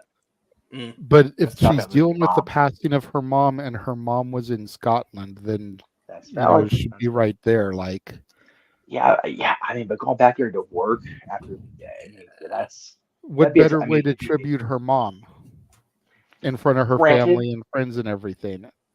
Granted, but everybody's wired different. So I don't know Alba or Isla personally. So I don't know. I how know, they and I practice don't, stuff. and I'm not trying to push her into anything, but Yeah. you're not going to find two better contenders to the No. titles in Scotland than two Scottish wrestlers who are a tag team. And especially if I think that Drew's gonna not win the title again, then you got to have them win the titles at least. Well, no, they're not going to win either because you're not beating Bianca and Jade yet. No, not yet. And at least they won't do karaoke after either. Yeah, don't But put that out in it's the a- ether, Walter. But it's a legitimate team that actually has a tag team name, Yes, unlike most of the women on the roster. it's true. I think that that's the perfect way to go. I have to agree.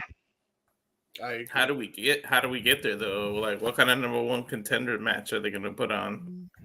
A tag eliminator, I guess. No eliminator matches. Please, God, no. I was gonna say, please no. I want to Giant see an eliminator match as much as I want to see an interim champion, Yeah, it's been over. because nobody Honestly, ever guys- wins eliminator matches. Yeah. And I think it's pointless. There is no sense in having an eliminator match if somebody is never going to win them. If you don't And want if the eliminator ranking matches- system, sorry, go ahead, Jeff. No, you're good. You're good. You're good. I was going to Finish your say, and if the ranking system is only good for the world title match, then eliminator matches need to be able to set up contenders for other titles. thought. Yep. Go ahead, Jeff. If you want to watch eliminator matches, ECW in the archives, 1996, 1997, on Peacock and the WWE Mhm. Network. Yeah. And if you know, you know. And if you don't know, wait for it. Wait for it. I didn't realize I didn't have it queued up. And if you don't know, then by God, Go do your homework, bro. There you go. thank you and good night. Well, we're not going to say goodnight just yet. We just got another $2 super chat from Relaxing Sounds. Well, if Vince Russo's good, then we can say back to Vince Russo because hopefully he won't have to come back anymore. Name 3 people that don't deserve to be in the Hall of Fame. Coco Beware. Yeah. Yeah. Number 1, Coco Beware. Number 2, Drew Carey. Yeah. And number 3, I will go with. I'm going to go with Snoop Dogg.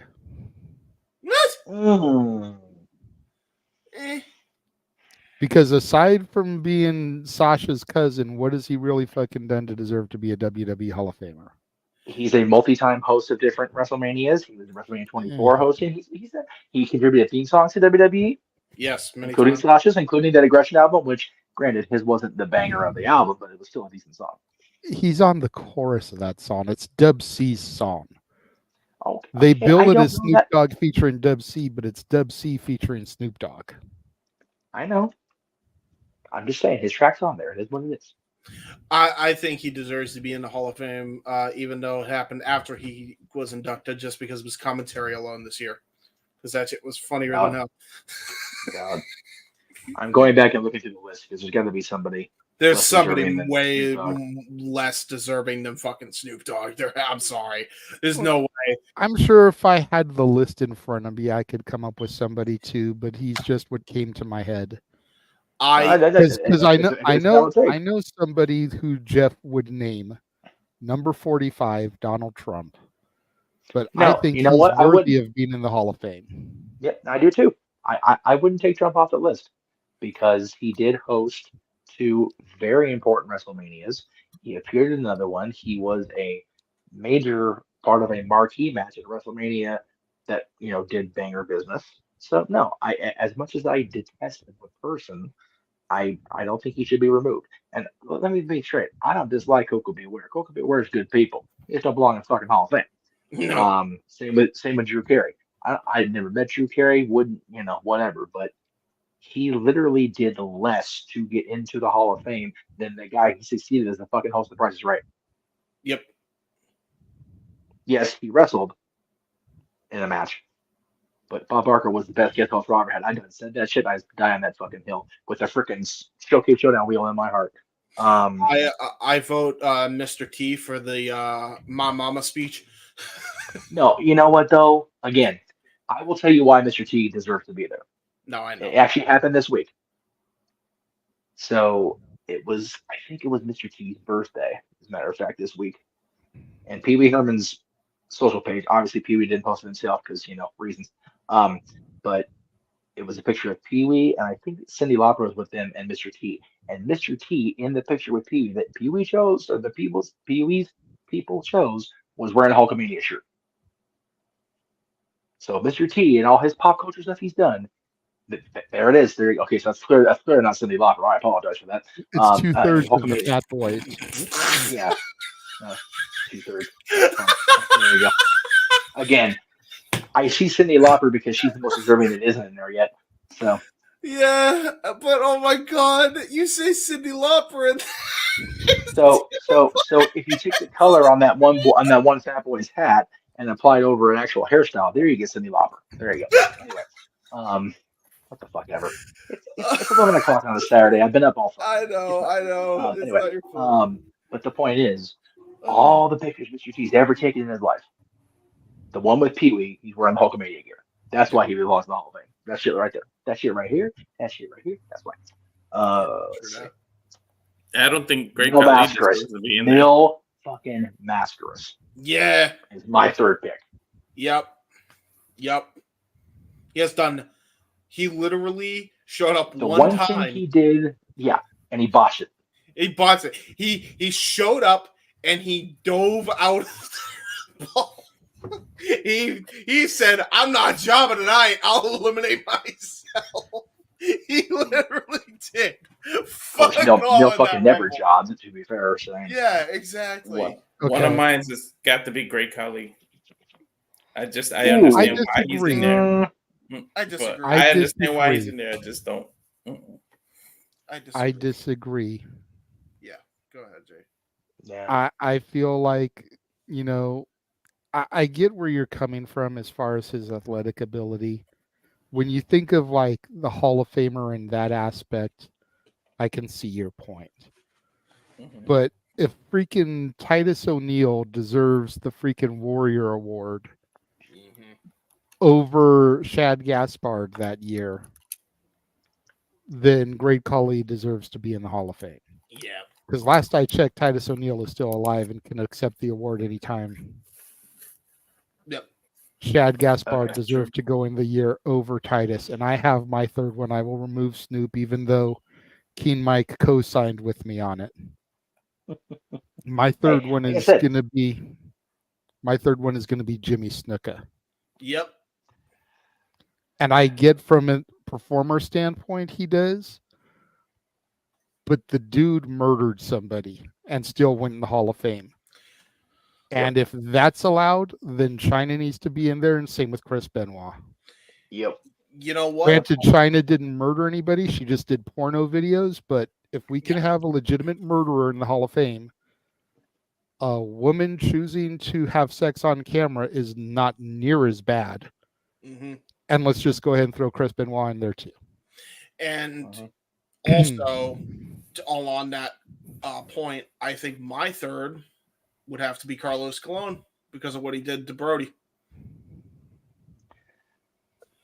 Well, Carlos was the promoter. Let's be clear on our commentary here. Carlos was the promoter. It wasn't him. It was the invader, Jose. Gonzalez actually committed the deed. He set it up, from what I understand, in that whole. Well, again, that's a lot of hearsay, speculation, allegedly. Yeah. Let's try to leave speculation Snuka, out of it. But Snuka is, and granted, that is also speculation. Let's be clear on that too. But Snuka, it's like, For Christ's sake. Get stared at you in the face by the end of his life. If we're talking about celebrities, this is probably going to get me some hate tweets, and there it is, by the way. The Warrior Award stuff, like most of the winners of the Warrior Award that I look through here, I tend to agree with them, with the exception of one. Because, well, actually, there's a couple of Warrior Award folks that I don't agree with because I get the way they reshape the reasoning for the Warrior Award, but I still think the Warrior Award winner should actually have had some sort of involvement with WWE at least once. Joan London never did it. She did that like one off appearance on Raw to help with the breast cancer stuff, but she didn't get actively involved in the storylines. So that, or even involved in anything other than a one-off. Eric LeGrand, as much as I respect that dude as an athlete and what he struggled through, that was straight PR. And that's what the Warrior Award is. I get it. Or at least it's become that. The first one, Connor the Crusher, that was adorable as hell, and I love that. That the biggest WWE fan with the biggest little man got the Warrior Award. That was sweet. That was a cool moment, right, for his family. Yep. Joan London, Eric LeGrand, J.D. Robertson, Stu Aitchison winning the Warrior Award. I am here for it every day of the week, twice on Sunday. That woman went through hell working for WWE all the years she did. She deserves it. Titus, God bless him. He's a community leader. He does his thing. So whatever. But yeah, I think the whole celebrity wing should definitely get a second look and go, maybe not. Also. And again, that takes a Hall of Fame induction away from Pete Rose, which will get me hanged in my own home. But yeah, there's definitely the ones we talked about for sure. Like I said, Snoop Dogg, I can completely understand where you're coming from, but it's definitely easier to go with what we went with. But definitely frickin' Coco Beware. And you figure I'm going to get lynched for saying that. I'm from Long Beach. Oh, I know. Yeah, you yeah, blasphemous. I got LB on my arm. So does Jeff. From the store that he was involved in for a while too. So there you go. I have no tattoos. Can we spin this into who deserves it? Who hasn't been in there? Because how the fuck if they is super Jim chat Johnston in there? If they super chat it. Yeah, if they super chat it again, yeah. But yeah, Coco will always be at the top of my list until they give me somebody even more. What the hell? Because okay. Abdullah the Butcher. I was thinking that, but yeah. Okay. So how many WWE matches did he have? None. I understand that. If anything, put him in the legacy wing and remove Luna Vachon. That girl deserves a legitimate induction. Not a legacy. That I will concede, and I'll agree with that. Same with there's somebody else. Carlos Colon. One. Yep. If you're gonna put him in there, put him in the legacy wing. And then switch Vern Gagne and Lord Alfred Hayes. Lord Alfred Hayes should be in the real one, not the legacy one. I grew up on Lord Alfred Hayes, damn it. But yeah, Coco, again, I love Coco. I love the gimmick. I love everything about it. He didn't do anything of substance in the WWE.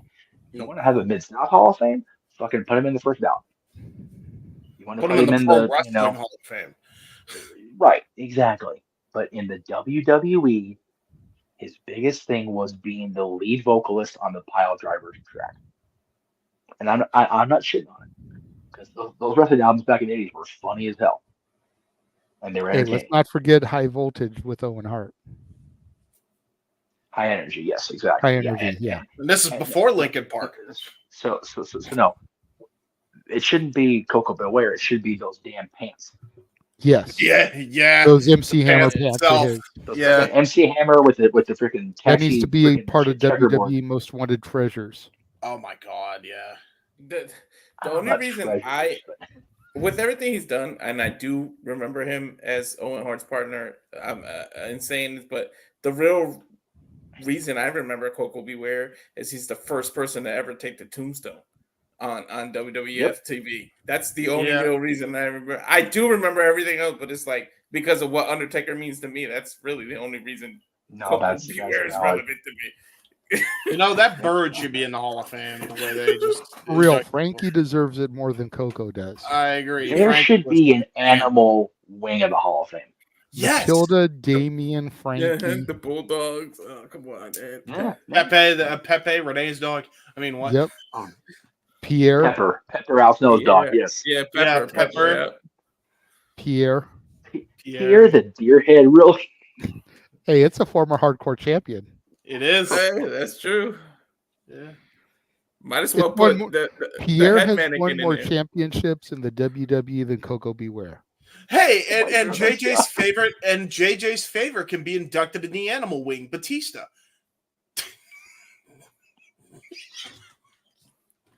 James? I don't know. Some of these picks that Hall of Fame is getting like they need to make it a real thing because it's getting too watered down. Because at this point, you might as well do a match Hall of Fame, a weapons Hall of Fame. Yeah, true. No, you know it's late, and we're all in the freaking delirium mode. When he said to induct Batista in the animal wing, I meant to something to a part of Batista rather than Batista himself. Oh no! The Spanish announce table deserves it more than Coco Beware. Hey, Jeff. Ballot, by God. By the way, First speaking ballot. of which, Jeff, how big is it? Okay, we're not gonna steal every Conrad Thompson gimmick today, are we? Not everyone, right? Hey, that wasn't Conrad Thompson. That was what's his face? I forget. What's his name? JJ. No, it was Conrad asking Pritchard. The freaking but- mannequin, Al Snow's head deserves it more than Coco Beware. Yeah, right. True that. It was Sean Oliver. By the way. Oh, that's okay. That's Val. That's right. Yeah. Okay. But yeah, Al Snow's head, freaking hell, we're gonna do props. God damn. Anyway, we're good. Let's stop. Shopping cart for Raven. The Frankenstein dummy for Raven. Dude. Yeah. Dude. Yeah. True. All right. JJ. Got a couple more questions from Arlene that were starred. Yes. Should Nia Jax be approached by Solo about possibly joining the Bloodline when she wins the title because she deserves it? Yes, Yes. yesterday, today, and tomorrow. Just Yes, and I'll tell plain you and why. simply yes. Yes. Yes, because then you get Trinity on the babyface bloodline side. I was just gonna say that. Only if it Boom. leads to that. Only if it leads to that. Yep, that's how you get the ladies involved, right there. Yep, and Trinity is on SmackDown. Nia is on SmackDown. So Boom. Trinity becomes the number one contender to Nia's title. Mm-hmm. It's Just another it piece of makes the puzzle. sense. Yes, nicely Get done, the- Arlene. Get the Millennium Puzzle ready, boys. We're cooking up some storylines. Infinity Stones. All right, I've got Night. one more that's starred. And then if we don't get any other super chats, we'll go into the shows and get out of here. Very good. Do you think Corey Graves will have a match against Logan Paul after what happened at King of the Ring today? I'm going to go with yes. I was calling hope it so. during the show. The way that he was getting up, getting into Logan's face, getting involved protecting Michael Cole was very reminiscent of the way that Lawler used to protect JR. Mm-hmm. And Lawler wouldn't wrestle every week, but he'd have that odd match once a year, maybe twice a year, and just pull out the boots to remind everybody just who the fuck he was. We've heard for the better part of the last couple years that Corey is cleared. He can compete if he wants to. He just hasn't wanted to. There's been no reason for it. I think this is a great opportunity for him to have a one-off blow-off match. Corey Graves versus Logan Paul for the U.S. title. Logan can retain. Corey goes back to the announce position. No harm, no foul. It's not like he's going to win the title and have to defend it every week. But I say yes, let's give him that match. If for no other reason but for him to have a match so he can go out on his own terms. That, and also make sure his theme is not made by Def fucking Rebel. Bring back the Antichrist theme that he had in NXT, you bastards. Okay, that definitely needs to be a top 10 for us. The top 10 Def Rebel theme songs, because I think he's got some decent Yes. songs. Yes. He's got more good songs. I won't say he's got more good than CFO or Jim Johnston, but he's got more good songs than people give him credit for. Yes. So I agree definitely with think that. a top 10 Def Rebel songs might be something to look forward to for a dad's topic, Jeff. I say have And Logan fight and we Corey. could even spin off and do a CFO one week too. True. There you go. Definitely have Logan face Corey. But because he's also a Pennsylvania boy, have Pat McAfee cost Corey. And that's how you get to Corey versus Pat finally. Because that's been stirring for a hot minute. Come on. I'm not gonna say no, but do you really want him to have another match that quickly? Like, I feel like it's the type of thing that, if anything, it's got to be Big Four to Big Four. You I can't agree. have him doing a match at the following pay-per-view. No, so have the Logan and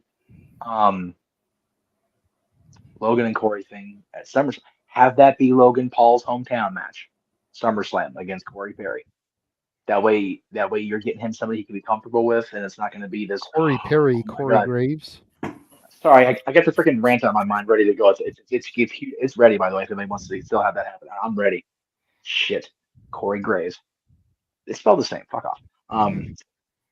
They're both from the Pittsburgh area, so if you get Survivor Series in that Northeast, like they keep talking about, I'm telling you, man, I still want to see Corey and Pat, because every time Pat comes back, Corey just gets this fuck face.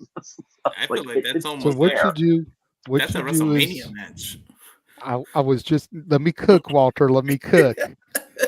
Let me cook. You give Logan versus Corey at SummerSlam, like you said. Then at the Rumble, you get that gratuitous announcers in the Rumble spot. You get McAfee in there, and then the next entry is Corey. There you go.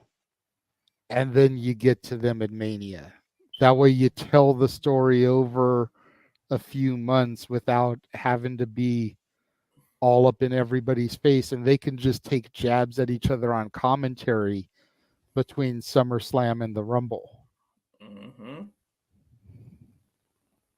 I want James to do a commercial. The sauce you can have, the secret cheese of mine. Let's do that Hey, shit. he cooked. That just gave him a couple of the ingredients. K Screech. Right. I get that reference. I know you do. All right, Arlene did send another super chat. Right on. Plug it. It's payday for Arlene. Hey, That's right. That's right.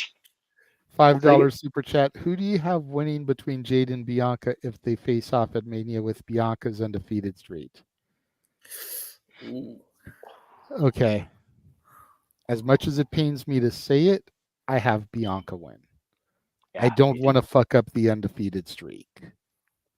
Yeah. I love Jade, but as long as they protect her and she does not take a pinfall beforehand, it'll mean something when she gets pinned at WrestleMania. Yep. When they lose the titles, let Bianca be the one to get pinned or submit. Mm-hmm. You know, that way they keep this strength in Jade so that, again, when she gets pinned, it means something.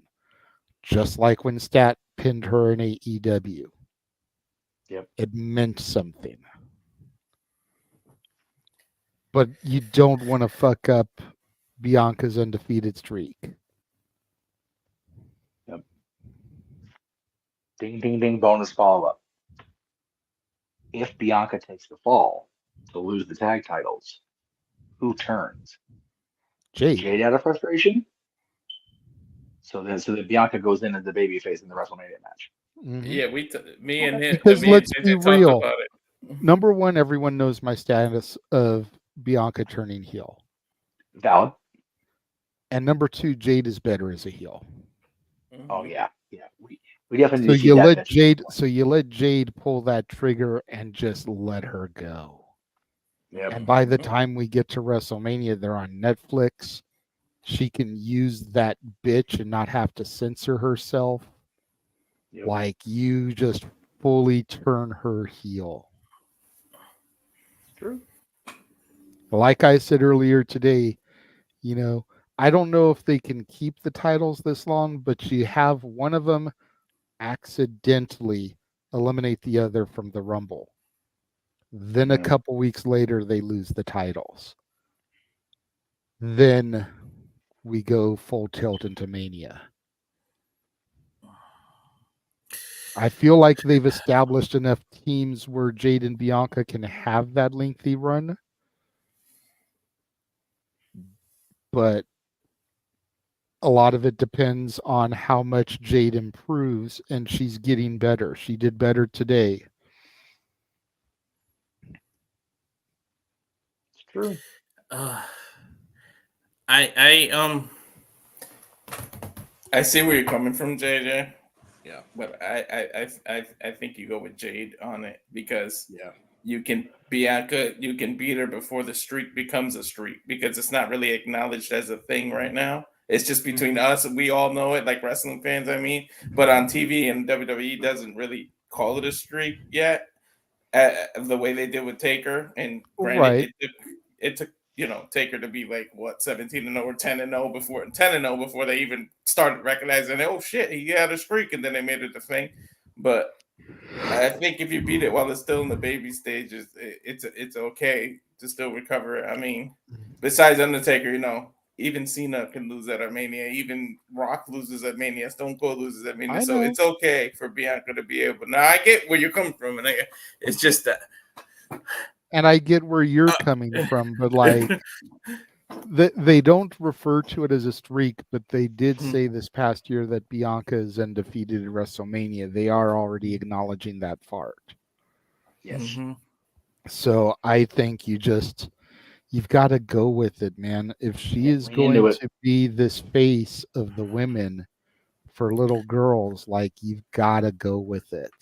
Yeah, I get it. I think it's just part of me is just biased because how I feel about Taker and how Taker is. No, I get it. Kenny I has get it. And I'm not saying that Bianca should get up to 21-0.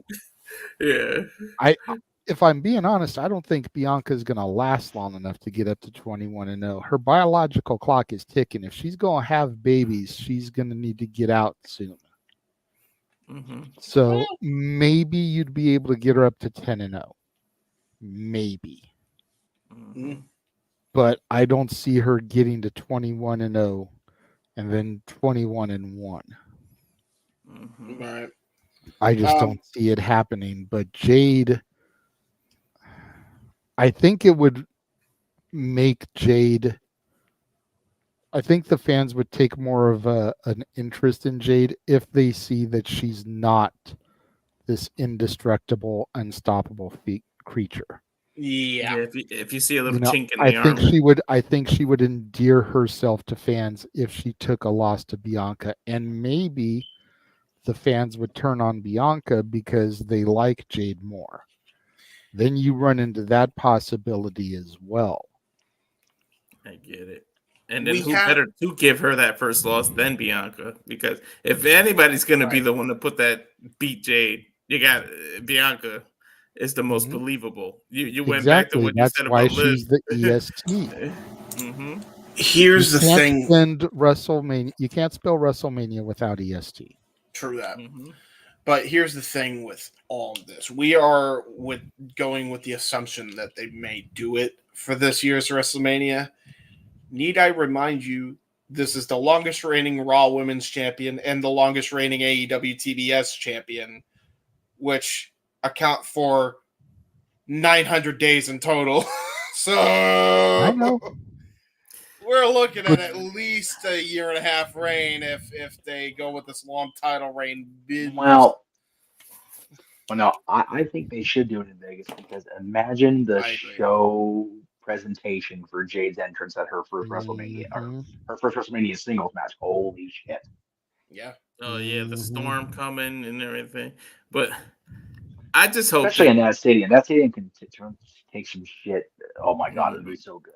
Having watched the having watched the Brood entrance with Edge at SummerSlam 2021, that stadium, they can pull some shit off. Yeah. But then So, I'm do still an it. advocate that they don't have to.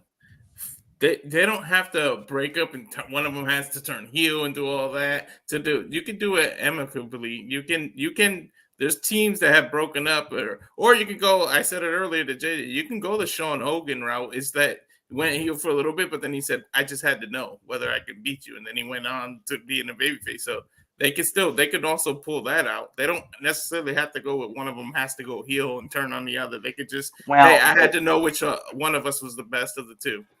We also don't need either one of them overselling and flopping around the ring like a fish out of water. Becoming a goddamn tumbleweed. Yeah, it was. Just like freaking Marty Jannetty throwing himself through the fucking window. That coward that he is. Yeah, that Shawn was Sugar Michaels Glass, looked Cry after Me a his River. partner. Oh, it's so adorable. He tried to catch him. James was too fast for him. The chicken shit. No. The whole thing with Sean, it was like that would have been so perfect. He didn't have to turn heel. Oh yeah, Terry wants you to turn heel, brother. It's just business. Okay. So bad. And yeah, Sean was a dick in that match. There's no doubt about it. But he earned being a dick because Hogan was a fuck. It's like, Yeah, because Hogan was an even bigger dick. That was the problem. Yeah. Well, he and again- out-politicked Hulk Hogan. Sure did. Yeah. And you know what? It's still Hogan's best single match at SummerSlam. So what are you gonna do? Yeah. I mean, Sean was a regular dick, and Hulk Hogan was a porn dick. Put it like that. Well, How big was it? I was about to say, Hulk Hogan and Terry Bollea have two different sized penises, so you don't know which one you getting on a particular day. Oh my god! You could Just get ask Linda. you could get the political chode, or you could get the megalodon. You know what I mean? Jeff just signed for the check. He's leaving.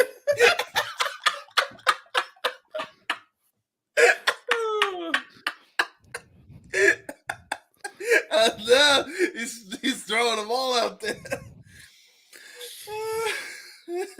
Oh, shit. Oh, no, Jeff went away.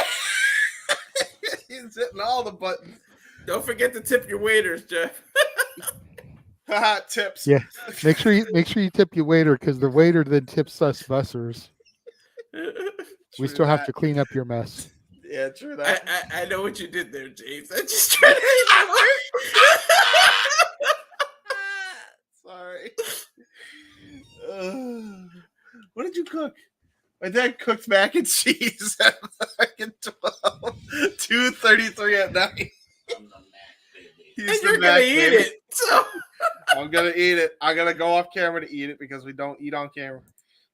You know what, James? You know what, James? At this point, I could give a fuck. We're about to wrap things up anyway. Yeah, let's all be Jeff for the close. How about We that? can't because I already changed my image. Wow. You ruined it, JJ. You ruined And it. Walter's not in the production side. That's true. Mm-hmm. All right, I'm gonna. All eat. right, come on back on camera, everybody. It's okay, James. Okay. Like I said, we're getting ready to wrap things up anyway. And as clusterfucky as this episode has been, I don't think you eating on camera it's the least of the concerns right now. Especially after the comparison I just literally made. Like, I've been drinking alcohol on the air. Your macaroni and cheese ain't shit. This has been one of the funnest podcasts we've ever done, I think, by the way. Seriously, so many highlights. You're going to have to get started early clipping this I episode. think so. I might have to split them 2 parts. This And is Noah, just freaking poor Noah, missed all the shenanigans. no, I was gonna say this is just proof that Noah is the checks and balances of the group. Like, Yeah, legit. And you know what? Year end or not year end, I think there's so many clips just from this episode alone for our new intro. Oh my god. Yeah, seriously. I can see it now next week. Last time on open mic night. So how big was Batista's dick? Megalodon. Hogan was a bigger dick. Hogan had the porn dick. Well, Terry had Terry's political chode or Terry's megalodon. You don't know which one you're gonna get. Tonight's episode is brought to you by fuck. Oh my god. Oh fuck. That's great. We'll see if there's any super chats that come, but in the meantime, Any viewers like and, after and this you shit, know Jesus what? Christ. Datilla put in the comments that she'd be here after she got done eating. She probably saw the shit that was going on. Was like, nope, nope. She said it's too hot for this shit in Texas. I don't want to. Blue Chew, you missed out not having a Blue Chew sponsorship on this podcast. I'm just telling you. No shit. All right. You so know what? even though- I don't use Blue Chew, but fucking somebody else go out and buy it and have fun for us on our There you behalf. go. Even though he wasn't here tonight and he was too broke earlier to prevent me from badmouthing Liv Morgan, go follow Josh, the Cleveland Combatant, on Twitter at Walking Hymnal, on Instagram at Malomangram. Mm-hmm. We do still love Josh most of the time. Most of the time. That's it. Follow Big G on TikTok, Big Baller G 1988, on Twitter, NoDQ _ Big Baller G, on Instagram and Threads, NoDQ _ Big Baller G 1988. Follow Datilla on YouTube at Rangers of Wrestling, where you can see her Raw, Dynamite, and SmackDown reviews, along with pay-per-view reviews, etc. when she's not at special events like today and actually able to cover it. And her picture with no one. That's right. The Invisible Man, Walter. Yeah, follow me on X. With Even Walter do his promo? It's okay, Walter. It's okay. Breathe. Tranquilo. Hellfire Farms. And of course, the Rage of Wrestling, where the next watch along for UFC is Saturday, June 1st. And of course, JJ just threw out some great top 10 ideas. So those are going to have to get done. And so, but that's it for me. You say it like it's a bad thing. No, I'm saying these are going to get done. They got to now. That's true. So today's show was actually sponsored by Walter's product because he filtered it through the screens. So that's why it's been so deep the last hour and a half. There you go. It's true that. And to answer Arlene's question, I know I did over the course of tonight. I'm not positive about Jeff. I'll tell you what, come Meech's Musings on Monday, we will be able to let you know for sure. But I know with tonight, I did. And tune into Musings on Monday, and Jeff will let you know then if he needs more or not. It'll still be before the end of the month. Yeah, because we've got that show, we've got Safeway Sports Bar, we've got Great Cherry Show, and we have Daz next Friday, which is going to be a fun show. So yes, we still got all that to get to, I think. Yes. Follow me on Instagram, the Renegade JJ Williams, on Twitter, ROWJJ Williams, on YouTube, Casa D18 Studios. Thank you to the 83 of y'all that are watching this insanity on the various platforms. Greatly appreciate that, whether it's Facebook, Twitter, or YouTube. Thank you to everybody that's joining us this evening. Follow the Barkeeps on Facebook, Dory Lou Hathaway or Mike Caldwell. On Twitter, Hathaway Lou or LB Statkid 1977. On Instagram, Dory Lou or Statboy13. Make sure you follow them on social media. Follow Greg Cherry at the Greg Cherry brand on the various platforms listed there. James. You can't find me, cause I'm a nice man. On Facebook, J Hebert and Twitter and YouTube at JHebert795. I do really cool and dumb things on the internet. So yeah, be on the lookout for a new J Hebert side. It is going to probably drop Monday. Finally updating things that have gone on with what's the status on WWE 2K and a whole bunch of other cool things of corporate synergy plus fan synergy. So that will be fun when it comes to the video game world. We'll be covering that. Tune in to the 1 in a Million documentary. Whenever it comes out is whenever it comes out at this point, because there's so much stuff that I'm trying to get it all together. But you can check out the trailer right now, the first original trailer, which is dope. And you can also check the speech trailer, which is also dope. So go and check those out. Very kindly. Right. And thank you. The One in the Million documentary, which is on par with the Guns N' Roses Chinese Democracy album that took about 15 years for it to actually come out. Yeah, it won't take that long. It ain't gonna take that long. Arlene says she wants to help us out, so she'll make sure she turns into Meech's Musings to see about that. And Emmanuel, when is Collision in Palm Desert? That way I actually tune in and watch to see if the sign for the network appears. We may actually do a watch along for that. When is that episode of Collision, Emmanuel? Is it going to be this coming Saturday, the Saturday after Double or Nothing? You figure they're going through the forums, so Palm Desert may be. Probably, yeah. So just let us know for sure when that is, and we'll make sure to tune in for that one. Again, we may even make it a watch along just so that we can look. Oh, it's Thursday. Tune I in. have to That's work right. I have to work Thursday, so I won't be able to do that. But Hey, maybe we can mend the fences. Hey, tune in to the next Jeff Beecham Network Watch-Along event. Where is the Jeff Beecham Network sign? It's like Where's Waldo, but different. Nowhere near the Megalodon. Anyway. make sure you follow the Simple Man Yes. at the respective social media sites there. nfoster1916 on Instagram and Twitter, as well as YouTube. Noah Foster on Facebook. I know he doesn't usually promote the other ones. He just mainly promotes Twitter and YouTube. Yes. But the man is around all the social medias, damn it. And the Twitter spots. But make sure you check him out there. Subscribe to his YouTube. Pay attention to the community tab where he puts his forms for the predictions.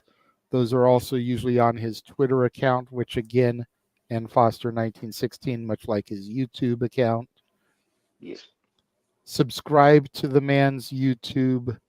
Yes. We're trying to get his subscribers up like we did for Datilla.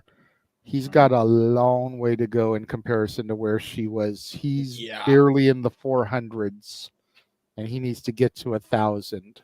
He deserves So it. if the 84 of y'all that are watching aren't subscribed to Noah's YouTube, go subscribe to the man. Let's see an increase in his subs. He deserves it. Yeah. Yes, he does. He sure does. What he doesn't deserve, though, is us consistently plugging Noah, that's what I call music. Noah, that's what I call slow jams. Yeah.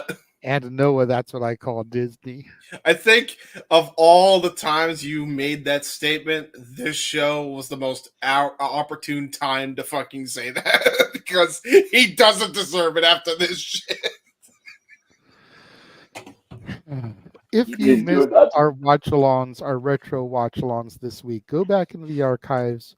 Yes. Check out our call of Over the Edge 1999, the night when the tragedy of Owen Hart's death occurred, as well as our call of Raw is Owen from last night.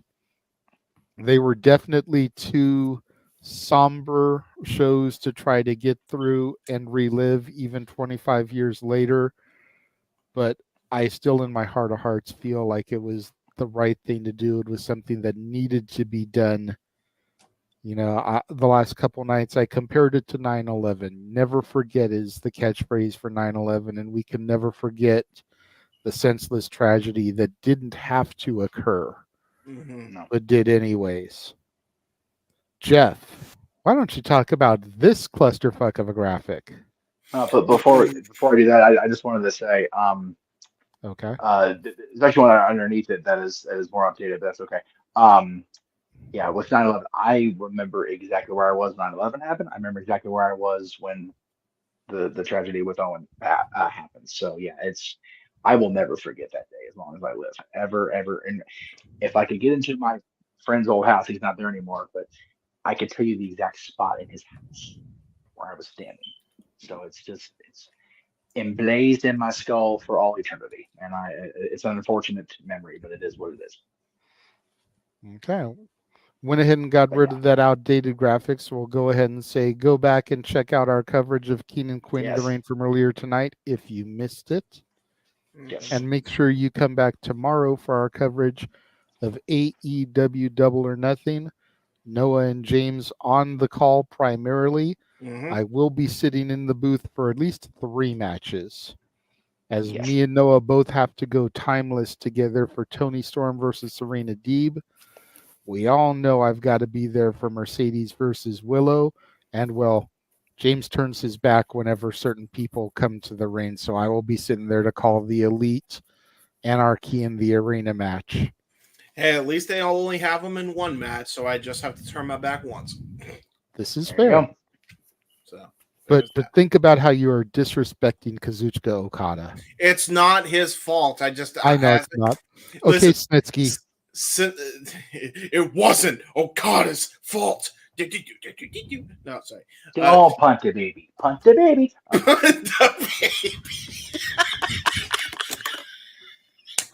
And we're back off track. Thank you, Mike. Oh, God damn it, Jeff. I was in the middle of the point. Now I don't remember what I was about to say. God damn it. After Double or Nothing tomorrow, you can come back and Yeah. check all this shit out. Because we're doing all the things. All those. We're going to die. Yeah, all these plus Crown Jewel now, and then plus WrestleMania weekend. If we survive I'm going to see WrestleMania, this again real quick because I know I need the Death Before Dishonor graphic. I think that's it. Death Before Dishonor, Crown Jewel, and SummerSlam 2026. I think those are the only ones I need. I think I've got all the others of these. Yay! okay, yeah. So yeah, there's 3 more that aren't even on that graphic. Yeah. So 21 scheduled watch-alongs, 22 nights, 23 nights. WrestleMania, SummerSlam are all 2 nights. Yeah. Between now and if we don't die- 2026. Yes. If we don't die, then we will keep on keeping on, folks. Don't die or implode like the freaking Omega match. Right. Jesus. Oh, jeez, yeah. Don't. Well, hopefully it doesn't implode for other reasons. God forbid. And then, of course, as Jeff mentioned, this Friday, top 10 matches that were contested for the Intercontinental Championship. Yes. That should be a fun one to do. Quite so. My knowledge of the IC title is nowhere near as extensive as Jeff's, but it should still be a fun one to do. I'm really looking forward to it. I say you came into your fandom at a hell of a time for the Intercontinental Championship, man. 1998, The Rock, Hunter, Shamrock. It's such good stuff going forward. Oh my God. Yeah. The Eurocontinental Odyssey over 2 years. Yeah. Which started really because of what happened that we tributed 2 nights ago. There you go. There you go. Because D'Lo was the first because of him getting Jeff Jarrett. And All right. I did see one other graphic in here real quick. Of course, we've got 80s karaoke night coming up. The whole reason I'm wearing this. Yep. Which that is the same day as Clash at the Castle. But we will have the break in between. Thank God. Hopefully, I'm Thank not God. scheduled that day. If I do end up getting scheduled that day, which I should know within the next week, then we may bump it up to June 8th because I know I am not scheduled that Saturday. So just as a heads up to our viewers, we may bump it up a week in order to accommodate my schedule, as the karaoke shows are definitely more my bag than anybody else's. And it wouldn't be fair to have Noah seen and me not even be here for it. Yeah, there was also, I thought, talk a couple weeks ago amongst us about moving to the 22nd because of what Noah was talking about, but we can figure all that out later. As long as it's on a day that he's available and there's no other pay-per-view, which there isn't one on the 8th. So no, it's on the next day. Yeah, and unfortunately I have to work on the 9th during Battleground. Bomber. So Walter, brother, I'm gonna need you to have to be commentator for Battleground. Of course. Oh, he'll love that because I that's know. in the Apex. He's in his element. Yep. There I were mean, shows to if call. I get cut early, then maybe I can pop in towards the end.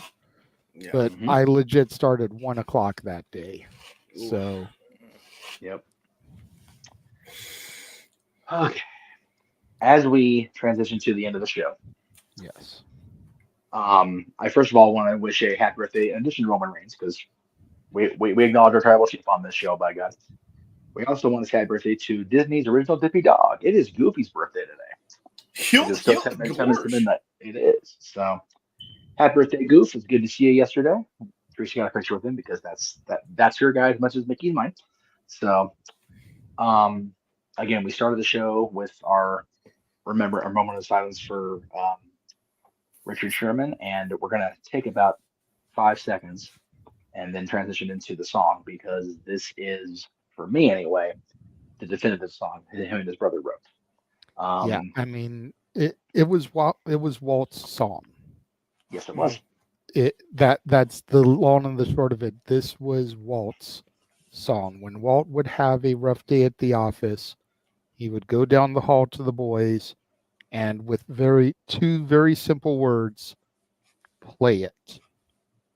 They would begin playing the song we are going to play to get us out of here. So we thank everybody for tuning in, as we do every Saturday. We appreciate the viewers. Got almost 90 of you even still at 10 to midnight.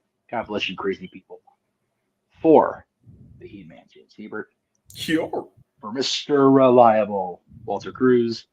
For our moderator, par excellence, the Renegade J.J. Williams. And for Statboy, who was here earlier. Statboy, who was here earlier, yes. And for Datilla, who was sweating out in Texas, God bless her, to see nobody. I am Jeff Meacham, and we say goodnight from Open Mic Night. Play it.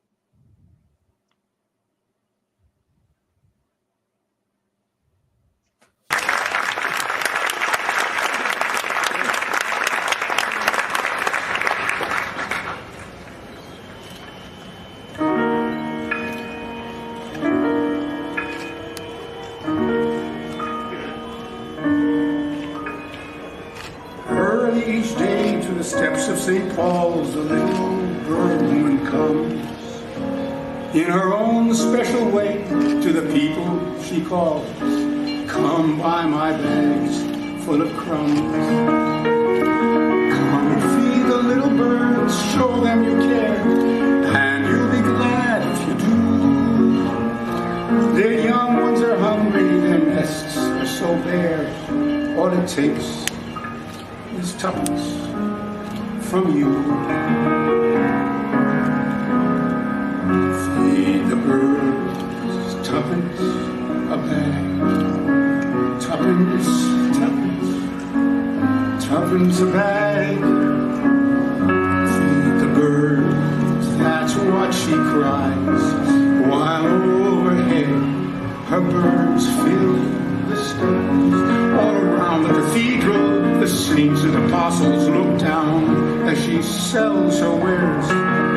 Although you can't see it, you know they are smiling each time someone shows that he cares. Though her words are simple and few, listen, listen, she's calling to you. Tuppence a bag, tuppence, tuppence.